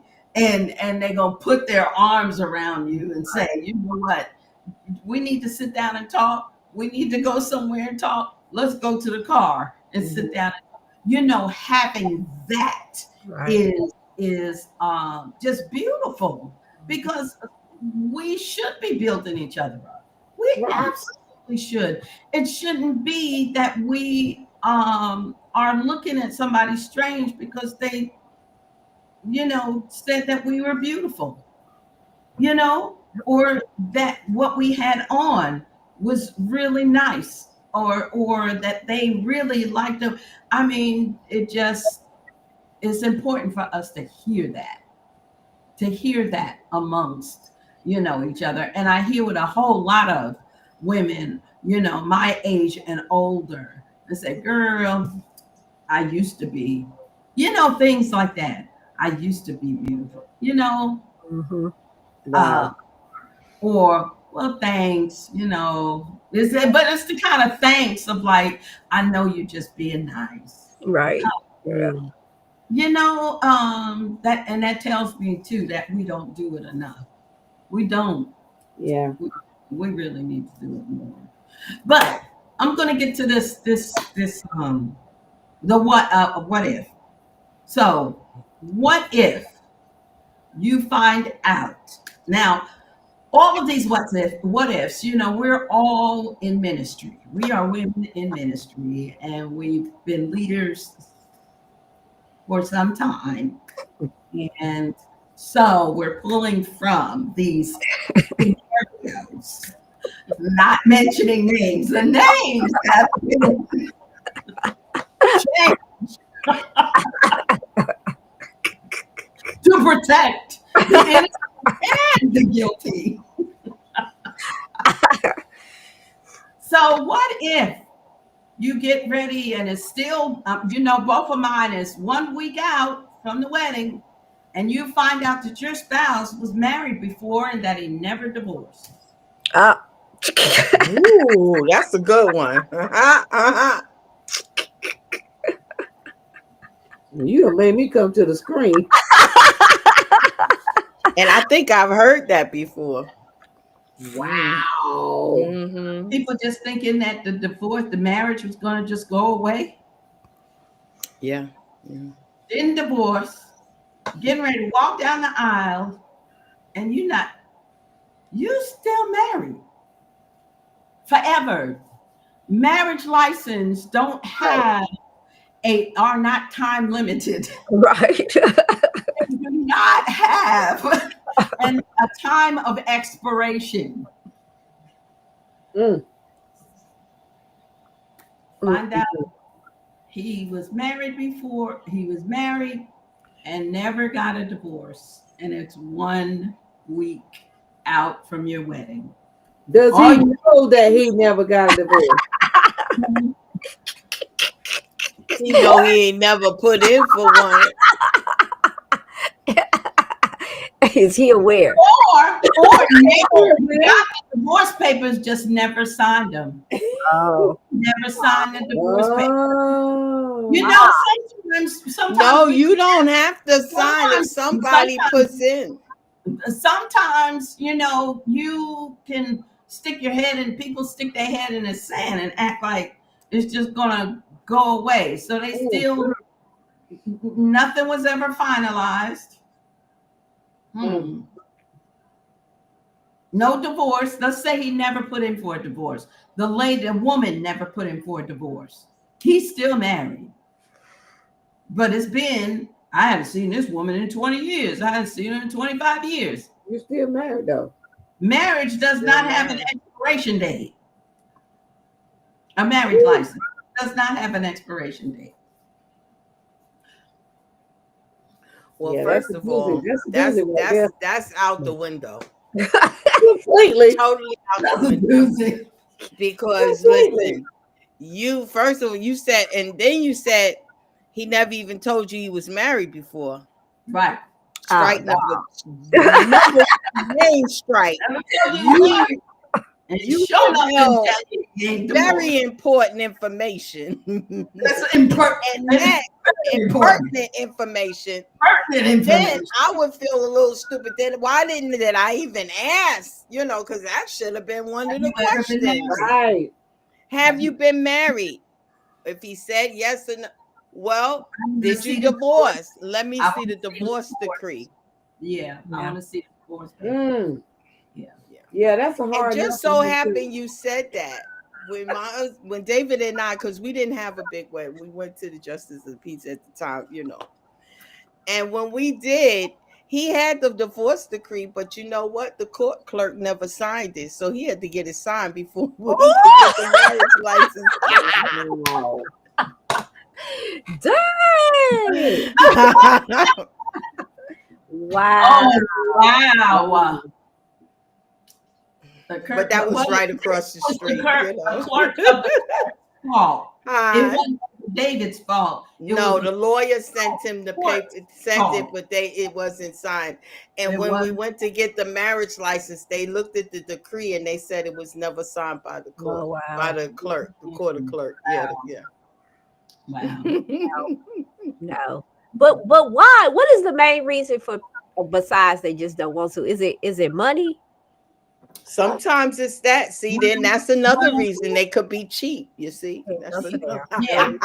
No, And I also, don't know. I'm just talking. I'm just in talking. this situation, the person said he just wanted it to go away. No. It But doesn't then go away. marriage license don't have an expiration date. No. Can't No, just it go don't. away. It's not like Just go away, like stop feeding the cat. Still go away.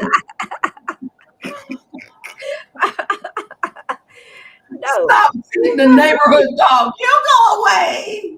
mm-mm. But yeah, divorce, marriage license don't go away. And just didn't. I mean, and I think maybe too there maybe have been, just a feeling of. Sometimes we get caught in emotional situations and relationships, and we truly don't know what to do. Mm-hmm. Instead of going and talking to someone, we just decide, boom, out the air, that I'm just not going to do anything. It's just like people who just feel like that's an alternative to just not do anything. Mm. That's a true statement, because that is true. Some people just do, and they just figure it's going to go away, and it's not going to go away. And I don't think they were trying to do it maliciously or trying to be, contemptible in their thought process. They just had not had any experience with anything like that before. Didn't know anybody maybe who went through a divorce, and just like I don't know. I don't know what to do. I'm just shove it under the rug. I don't You don't know. feel in love with somebody else and you're about to marry them. So that wouldn't fly with me. I'm with you, sis. I'm with you. No. You don't fell in love with me. You want to marry me, but you have not gotten a divorce from your other wife. So you're still married. Right. Still your wife. And you've had me in this relationship on a spiritual level. I'm committing adultery with you. That's great. This is a big thing. It is a form of adultery. Yes, it is. It is. I'm like, even though I don't know, the laws of adultery don't say if you don't know. That's because right. Bottom line, how do you not know that you're married? So first, that's ridiculous. because you know you had to Right. be there. And You had to be there. So you had to exactly. be there. That's crazy. So That's crazy. there's no way that you didn't Mm. know that you were married, but now you've been away from each other all these years, and now it's like, well, oh, I guess I just thought it would just Go away. It would just disappear. go. No. Or I thought since she filed it or he filed it that it's done and over with, and I haven't, even though I haven't, signed it, or because some states you don't have In New to York, you don't have to sign. sign. But in some states, you do have to sign in order for it to be classified as an official document and that officially you are divorced. Some states are Well, like I that. guess it's better Um, than us standing at the altar and your wife comes down the aisle and said, "I object to this marriage. I object to this marriage because he's still married to me. He never signed our divorce papers. See, here they go right here. It's like if there's anyone who knows for that this I think couple to a cannot movie be like that. married. And then the wife gets up and says, he never signed the divorce Right. papers. We're still married. That's No. crazy. No. What else would he Yeah. do? Because that's where I'm at. Like, what else would he down the road just not think was important enough, or it'll just take care of itself? Because that's how I'm thinking. Like, what else will you do of importance that you just gonna be like, it'll take care of itself? Yeah, that'd be a definite big red flag. I mean, big old crimson. I mean, the size of that. Y'all see that big old giant United States flag when you driving Yeah. down 40? Big old flag. That gas station, You know what? It just so yeah. I'm sorry. 100 feet Yeah. long. It's like that, waving in front of your face. I mean, yeah. No, What else Yeah, would you he know do? what? I remember the movie now. It was a movie, but it was her that she was marrying this person, and she thought that the Barry, apparently, I'm trying to go from memory. In fact, you may have seen the movie Something Good, something Alabama. Sweet Home Sweet Alabama. Home Alabama. That's the movie. I love that movie. But am I right? She thought that they were, and found out that the marriage was still. It was She thought that the marriage was, like they had legally did it, but they weren't divorced, and she had to go back to Alabama and everything. Yeah, Alabama. Wow. I did. Yeah, that was a movie. No, thank you. Mhm. I like Christina now, because I mean, what if you forget something down the road and be like, "Oh, babe, I forgot to tell you that Right. I have And I haven't paid the mortgage for 6 months. or somebody comes and knocks at the door and says, here go your child. It's time to move to the name." Right. Wait, you have a whole You child? now. And you thought the child was gonna go away, or we don't have, or you didn't have one? A whole No. person. Nope. No. A whole person. Right. Well, like I said Yes. before, you get manipulated so to the point to where, people feel like, I can't do better, or he loves me despite, Right. despite the things that I do or whatever. So sometimes we manipulate ourselves into these relationships, sometimes thinking that we can't do better or we don't deserve better. True. I we don't minister deserve to a it. lot of women like that. Yeah. I just feel like this is my last chance at love, and I need to take it while I got it. Yeah. No, baby, Yeah. your mind is misconstrued. You got some stuff going on in your mind that you are devaluing yourself. Don't devalue yourself so that you can be in a relationship with someone who's going to manipulate you who is a master manipulator, who's a narcissist, and they're gonna blame everything on you. So you gotta know what you want. You gotta know that this is what Abba Yah has for your life, and not just your flesh talking. Because I'm telling you, been there, done that. Oh, honey, he is just so fine. Oh, he over there reading the Bible. Let me go over and see if we can talk about the scriptures. Heard that one. Girl, he know the Bible. He know the Bible. Yes. Backward and Let me forward. go over here.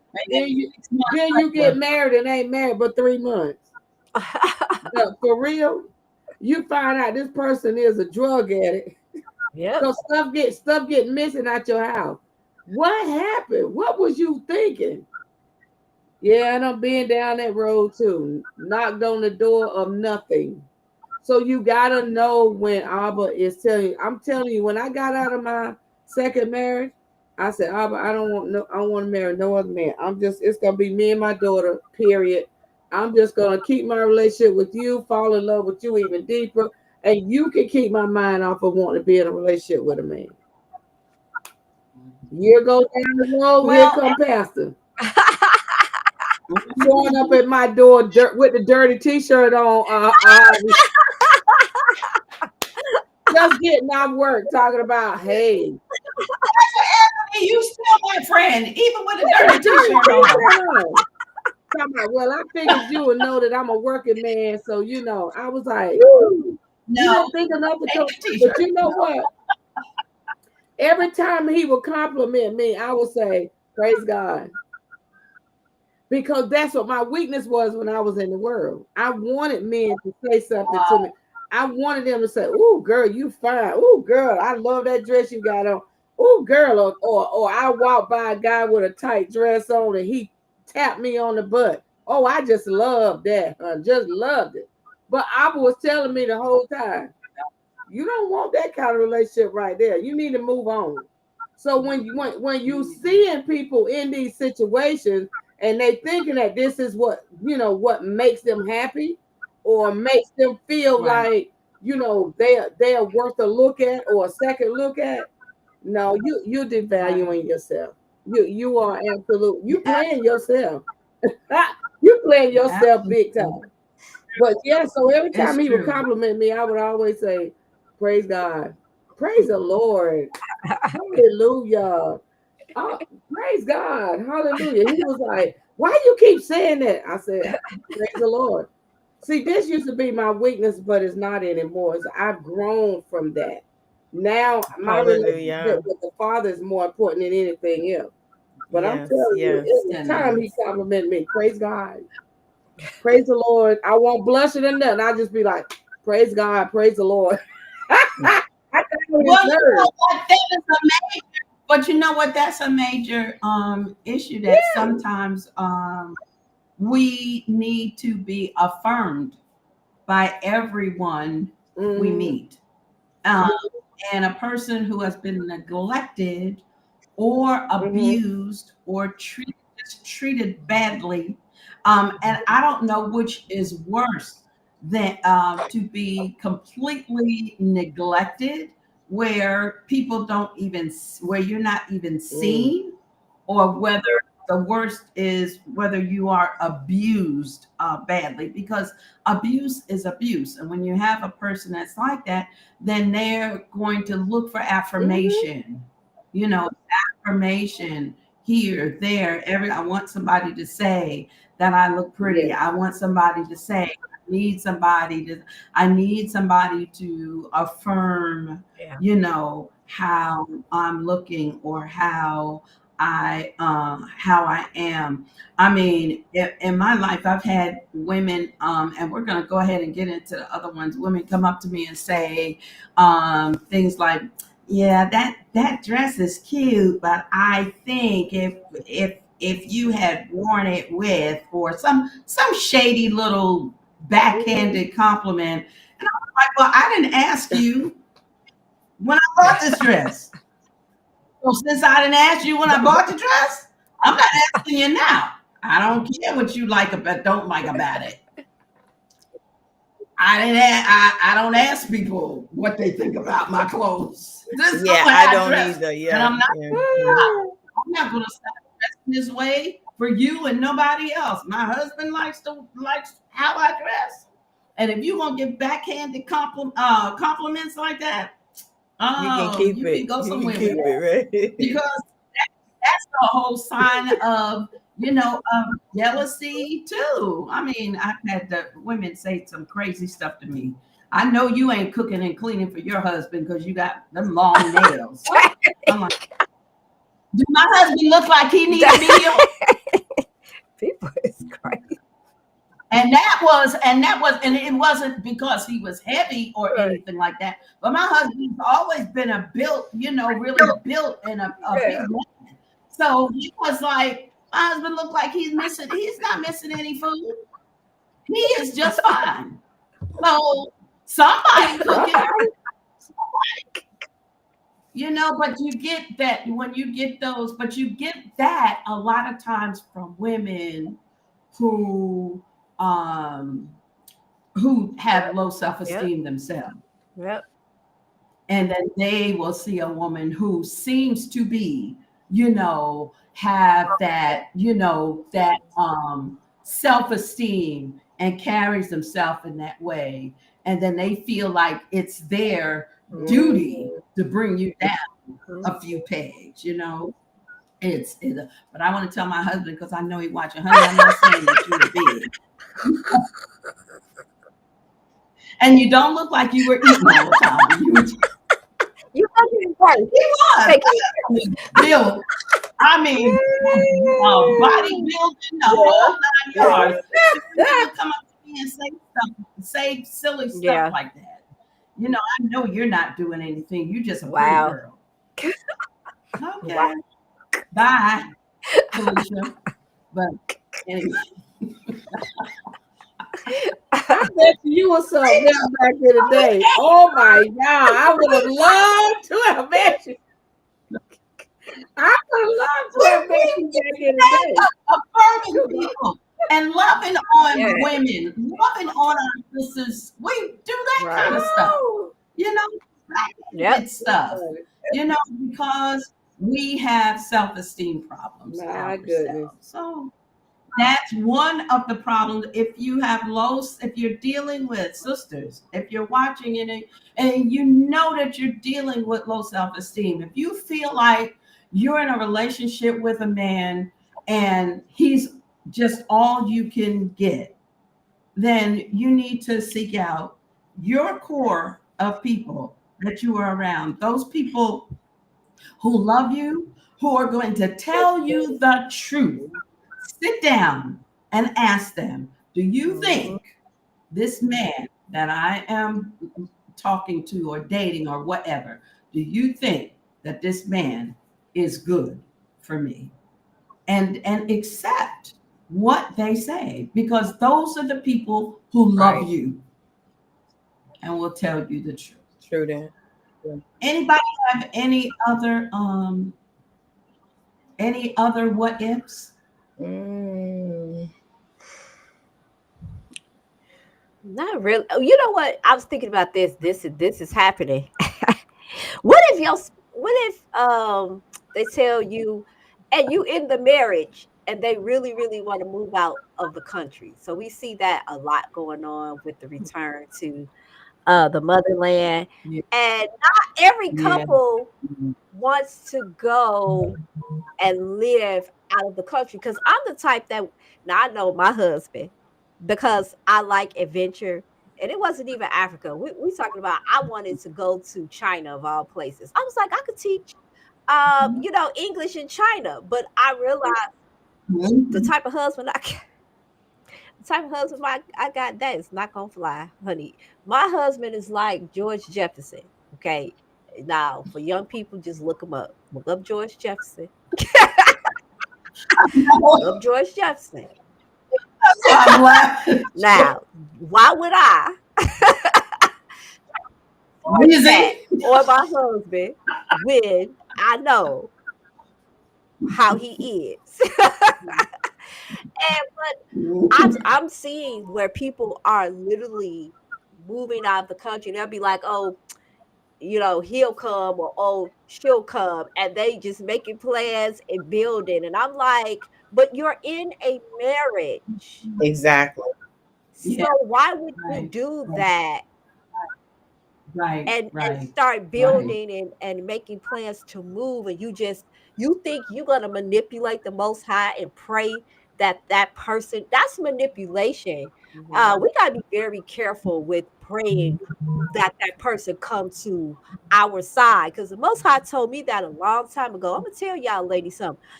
I wanted my husband to stop smoking cigars when we first met, and I prayed, and the Most High taught me a valuable lesson. So I prayed that he would get sick every time he would smoke, and he did. And I was like, and I realized instantly that I was being manipulative. That is a form of witchcraft when we pray for our way to the Most High, Right. and we want Right. to overpower that person's will, because it is up to that person. They have the choice. You cannot manipulate a person to come over to your side. You have to be very careful with how you are praying. And I'm like, the Most High never overpowered you and your choice and what you wanted, and you cannot. Just got to be very careful. And I had to apologize to my husband, and I had to repent to the Most High, because there's power, especially if you are an intercessor. There is power in your prayer, and he let me know, you better be careful with how you pray and what you are asking, and make sure that your heart is correct, because you may not like him smoking and it may not be good for him, but ultimately it is his choice. And so it is with like a big decision to move out the country. Like, it is that person's choice, and you dragging them, or maybe they willing to live separate. I don't know how the outcome is going to be with these people that I'm seeing doing that, but I always wonder, like, what are you going to do when the time comes and your spouse is like, nope, I said I wasn't going. So I don't know why you did all that, because I'm not going. And either way. Let me tell you, I know of a couple that happened to right here in Ghana, and she never came. He's deceased now. And they lived separate, and she would just come over and visit with him. His, family would come over and visit, but she made it real clear, I do not want to live in Africa. I do not want to live in Ghana. I mean, I think that is a choice. I just really truly do. I mean, we're over here and it's about ministry for me. My husband loves it, but for me, it's about ministry, because I could find someplace else to live where the lights stay on and the water is all good and people build houses like they got some sense. And you ain't riding up down the street, no holes in the road in the car going like this, I'm just saying. I mean, but I believe that Father Yah has us here. We're doing a good work in ministry here. And but when we decided Right. together that we would come. But yeah, that's kind of, I mean, you see all kind of stuff where people, do leave their spouses, and I'm like, how it's not for Right. me to be able to be living, somewhere. He's on one continent, you on another continent. I mean, I see people having children over here, and first of all, I don't think it's wise, because anything can happen. I need to be able to get to you. And if it take me 10 hours to get to you, oh my goodness, are you kidding me? Yeah. That's insanity to me. But people are doing it. People are doing these new kind of marriages, y'all. I don't. This is a new something people do. And people coming into the walk, into the Hebrew walk, and they're believing, and even it's a lot of Christians that are getting the call, to come. But it's one thing to be single, Right. and make that. It's a whole nother thing to be married and just boom, jump up and do that. But that definitely, if you heard from it, better be for me, the Ruach HaKodesh, the Holy Spirit, that said that you need to go ahead and go. But I don't know. People are doing all kinds of this, such changes and shifts, and people are just I don't know. I think it's just too far away to be, being that far from your family and your spouse, and they gotta get that far if something happens to you, because that's what I always think about. What if there's something? Yep. And then people will be some people so heavenly bound, Right. earthly good. The first thing they say is, no, Father's going to take care of me. Father's going to take care of me. He takes care of his people, absolutely. But there's a level of wisdom that we have to use also, and especially with moving to a continent where the culture is so drastically different. Just so, y'all, I even feel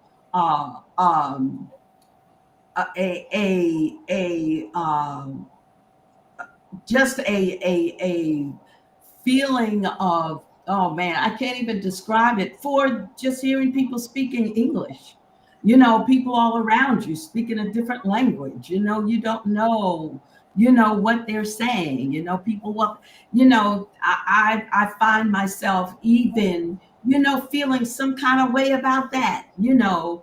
Nobody's speaking English hardly, but enough people, thankfully, in Ghana, speak English.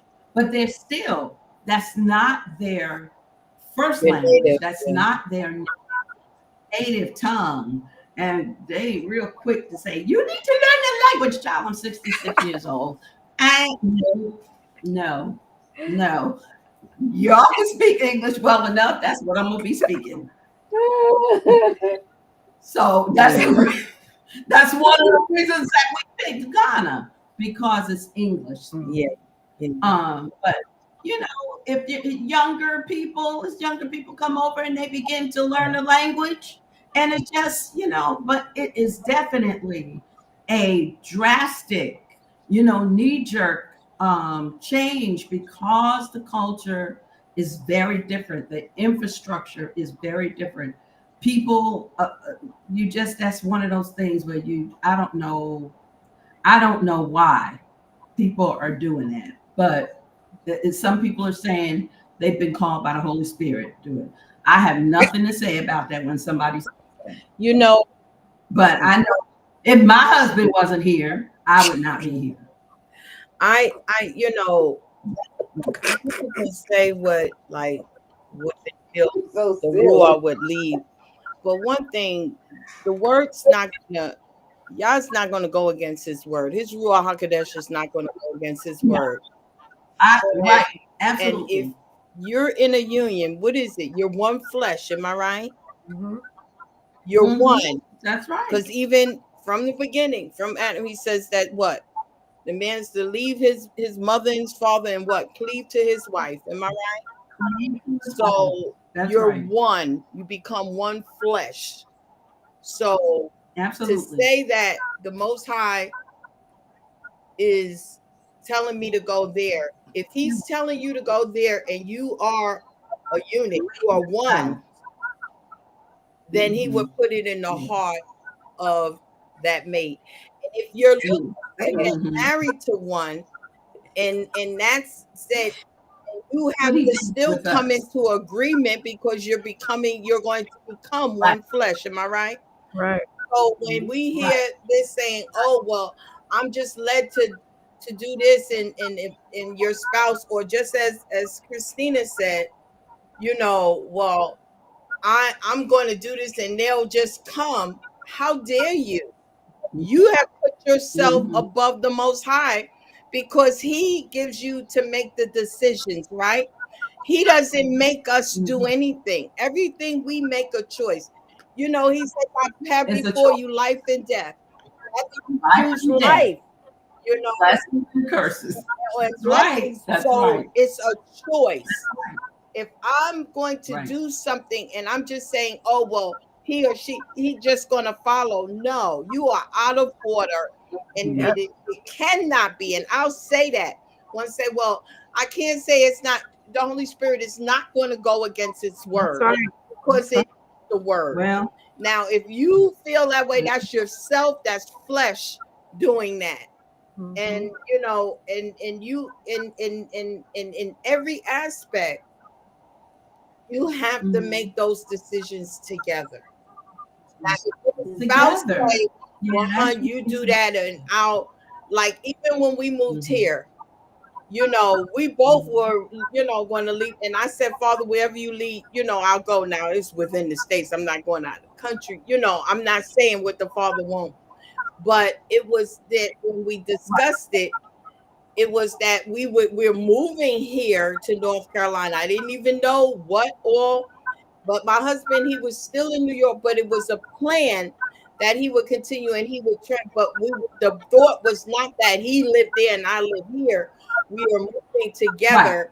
It's just, in the meantime, for pensions, and certain things. But I say that to say we decided together. This was a plan that we made together. I prayed, was led by the Ruach. Now, if it's truly the Ruach, my husband would have to be in alignment with it. Am I right or wrong? With it. And that's the way the word's going to be. Because you are one. And this is the sad thing, is that unless you unequally, that's what I was getting ready to say. Unless you are, and it's not you are not. That's not your, But then you know what? Even if it's not your spouse, and the Ruach is telling you to go for ministry, it's just certain things. It's just sometimes people desire what you desire is not always what the Father has for you. Right. And then that's in every aspect. You made the decision. Now, if it wasn't meant to be, but as we're saying, what if even before, like Christina mentioned, like after you're married, but let's say even before, there's got to be a oneness there. It has to. It's not, or you're not. It's not. It's not for you to be. What you desire isn't always what the Most High has for you. The will of the Most High. And you want to be in the will of Him, in the will of the Most High. But however, whether your beliefs or whatever, you have to be one, and you have to both come into agreement. You're in covenant, right? So there must be an agreement, and you both must comply to that covenant that you have with one another. You can't go this way. Just like we're in covenant with the Most High, we can't say, oh, well, he says do this, we got to comply. Am I right? We came into covenant, so we got to follow the covenant, the covenant agreement. And that's the way it is in a marriage. Well, now, because you have some situations where the husband feels like he has the right to just move you over here or wherever, because he feels he's been called to do that. So the thing of it is, bottom line, a woman is still an adult. You still have to, because anything else is kidnapping. If you're doing it against her will, that's kidnapping, and that's a crime, federal offense, that you will get time in prison if you try to kidnap her and bring her over there, or try to manipulate, her into going there. But it should be an agreement on both with both parties, that we agree that we are moving to such and such, whatever country or whatever. And that's the same, even if you're going to move from New York to San Diego or Dallas, Texas, to Chicago, Illinois, down to Florida, wherever. It should be an agreement where you come together and make the decision. This is where we're gonna live. And that's supposed to be done together as a joint. So as a couple. So that whole thing with just saying my wife is not being submissive or doesn't want to be, or my to-be wife, you don't want to be submissive because I'm saying that next year we're going to be on the continent. And you're saying, I don't necessarily want to live there. Mm-hmm. Then you need to make that really clear and very plain. And what I'm seeing a lot of is that you don't come and visit first to see if it's a place that you would like. So I think on a husband's part or on a spouse part, that is manipulative. And instead of allowing the person to go and visit and be able to, see how the culture is, walk along, live amongst the people, see if this is something that they want to do, and if after you have that discussion, I agree. I don't think the Most High, now, if you're not in any belief system, because we have some people that may not go to church, go to temple, go to assembly, might not have any kind of relationship. And there are many viable marriages, people have stayed together, that don't have that spiritual connection or that's there. Even with that, you still have to work together as a unit in order for your marriage to work. So to manipulate somebody on that level is manipulation. That you give that opportunity. Come, let's go and visit. I'm thinking that this is going to happen, but I think what is happening that people are jumping and doing stuff just all of a sudden. Like I said, it's a knee jerk, and they see other people doing it, and it's almost become the move to Africa, to the continent.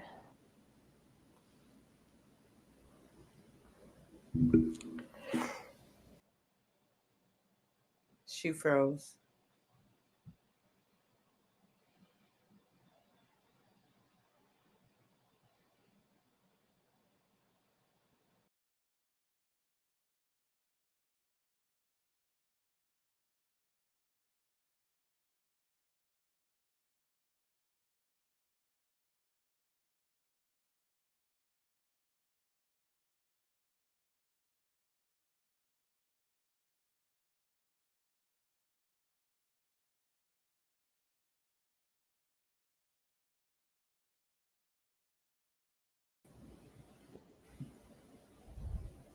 Wow. Everybody back. That was the first time that has happened. Yeah, I seen that. That's kicked us off. Wow. It said it was lost connection and it was reconnected. I don't know. That's the first time that has happened. I guess we're back. And then and now there you are. There you are. Kick me out. I know. Yeah, for all of us. All of us got kicked. Okay. I think it's almost fashionable. I know some people are coming because prophetically they believe truly that Father is moving his people. He's making a move, that the people are moving. But some people, it's just fashionable. Some people are just pan-Africanist and they feel a calling, a drawing to the continent. And they're just, making that move. Some And people are some doing it out of fear. fashionable. Yeah. Some people are doing it out of fear, and you have a lot of fear mongering that's going on. That's just where people are scaring people up, and people are being afraid and like, oh, I gotta move, I gotta move, I gotta move, I gotta move, I gotta move. Uh, you know, it's there's just so much going on, and I Some just people are putting scare tactics in people too. when I hear people That's forcing them making where they feel decisions like to move and they've never been here.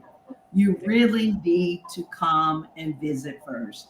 You need to come and you need to stay and visit maybe 2 or 3 years. You need to come and stay for a couple of months, 2 or 3, 4 or 5 months, and see if it's a place. You need to go and visit other countries and other places to see different places. Like, you may not be a person that wants to live in Ghana. You may want to live in Tanzania. You may want to live in South Africa. You may want to live in Egypt or Cote d'Ivoire. You may want to live in Gambia or Zambia or Namibia. Ghana might not be the place, Right. but you have so many people that are making that move. I definitely believe that there is something that Father, the Most High, is doing amongst his people, and that there is a great movement. But we're told that in prophecy that they will be a great movement. But you have the right to say, I don't, I don't necessarily want to move to Africa. Not everybody wants to make that move. You just you really have to thine own self be true. But Exactly. doing it, and people who are, I just don't, I don't know, understand that whole thing. Yeah. People are saying that they are hearing from the Holy Spirit and that they feel like they need to move and that they need to, sometimes you have couples where he or she is staying to continue to work to build a home over there, and the other one is doing that. So they're, flying, going back and forth to help get things built up here. So we've seen all different kinds of scenarios, but the bottom line is that you're one. When you're married, you're one. And if you are getting ready to marry someone and you know that that's a desire that that person has and you don't desire it, you need to be speaking up now. Yeah. Absolutely. You need to speak up. Absolutely. Well, does anyone have any other what ifs? And I guess we've really gone way over our time. Those with the what ifs. So I guess we're gonna just go ahead, and if anyone has anything else, anybody have anything else, ladies? You have anything else? Yeah. Nope. I think we just about covered everything. I think so. love to just bring us on to an end. Is it me? Yes, it is. All right, y'all. We close it out. Our email again across the screen, the righteousview01@gmail.com. Please send us topics that you feel will be beneficial. If you have a degree or special training in a specific area related to women's health and you would like to be a special guest, please email us your bio. We will review it and reply as soon as we can. Yes. All right. If you have enjoyed the podcast so far, please tune in and tell a friend. Next week, we will continue in this discussion concerning marriage. After all of this, should I know this person is the person? If you put a comment in the chat that we didn't address, please email us and we will reply as soon as we can. So we just want to thank you to our viewers. Thank you again, ladies. Our sister Patricia, thank you so much for coming on and being our Thank special you. guest during this Yes. discussion on marriage. And we're just excited about how we are moving along. And we just want to thank you for everyone tuning in. And we look forward to seeing you on another edition of The Righteous View. Everyone have a great evening and have a great rest of your week.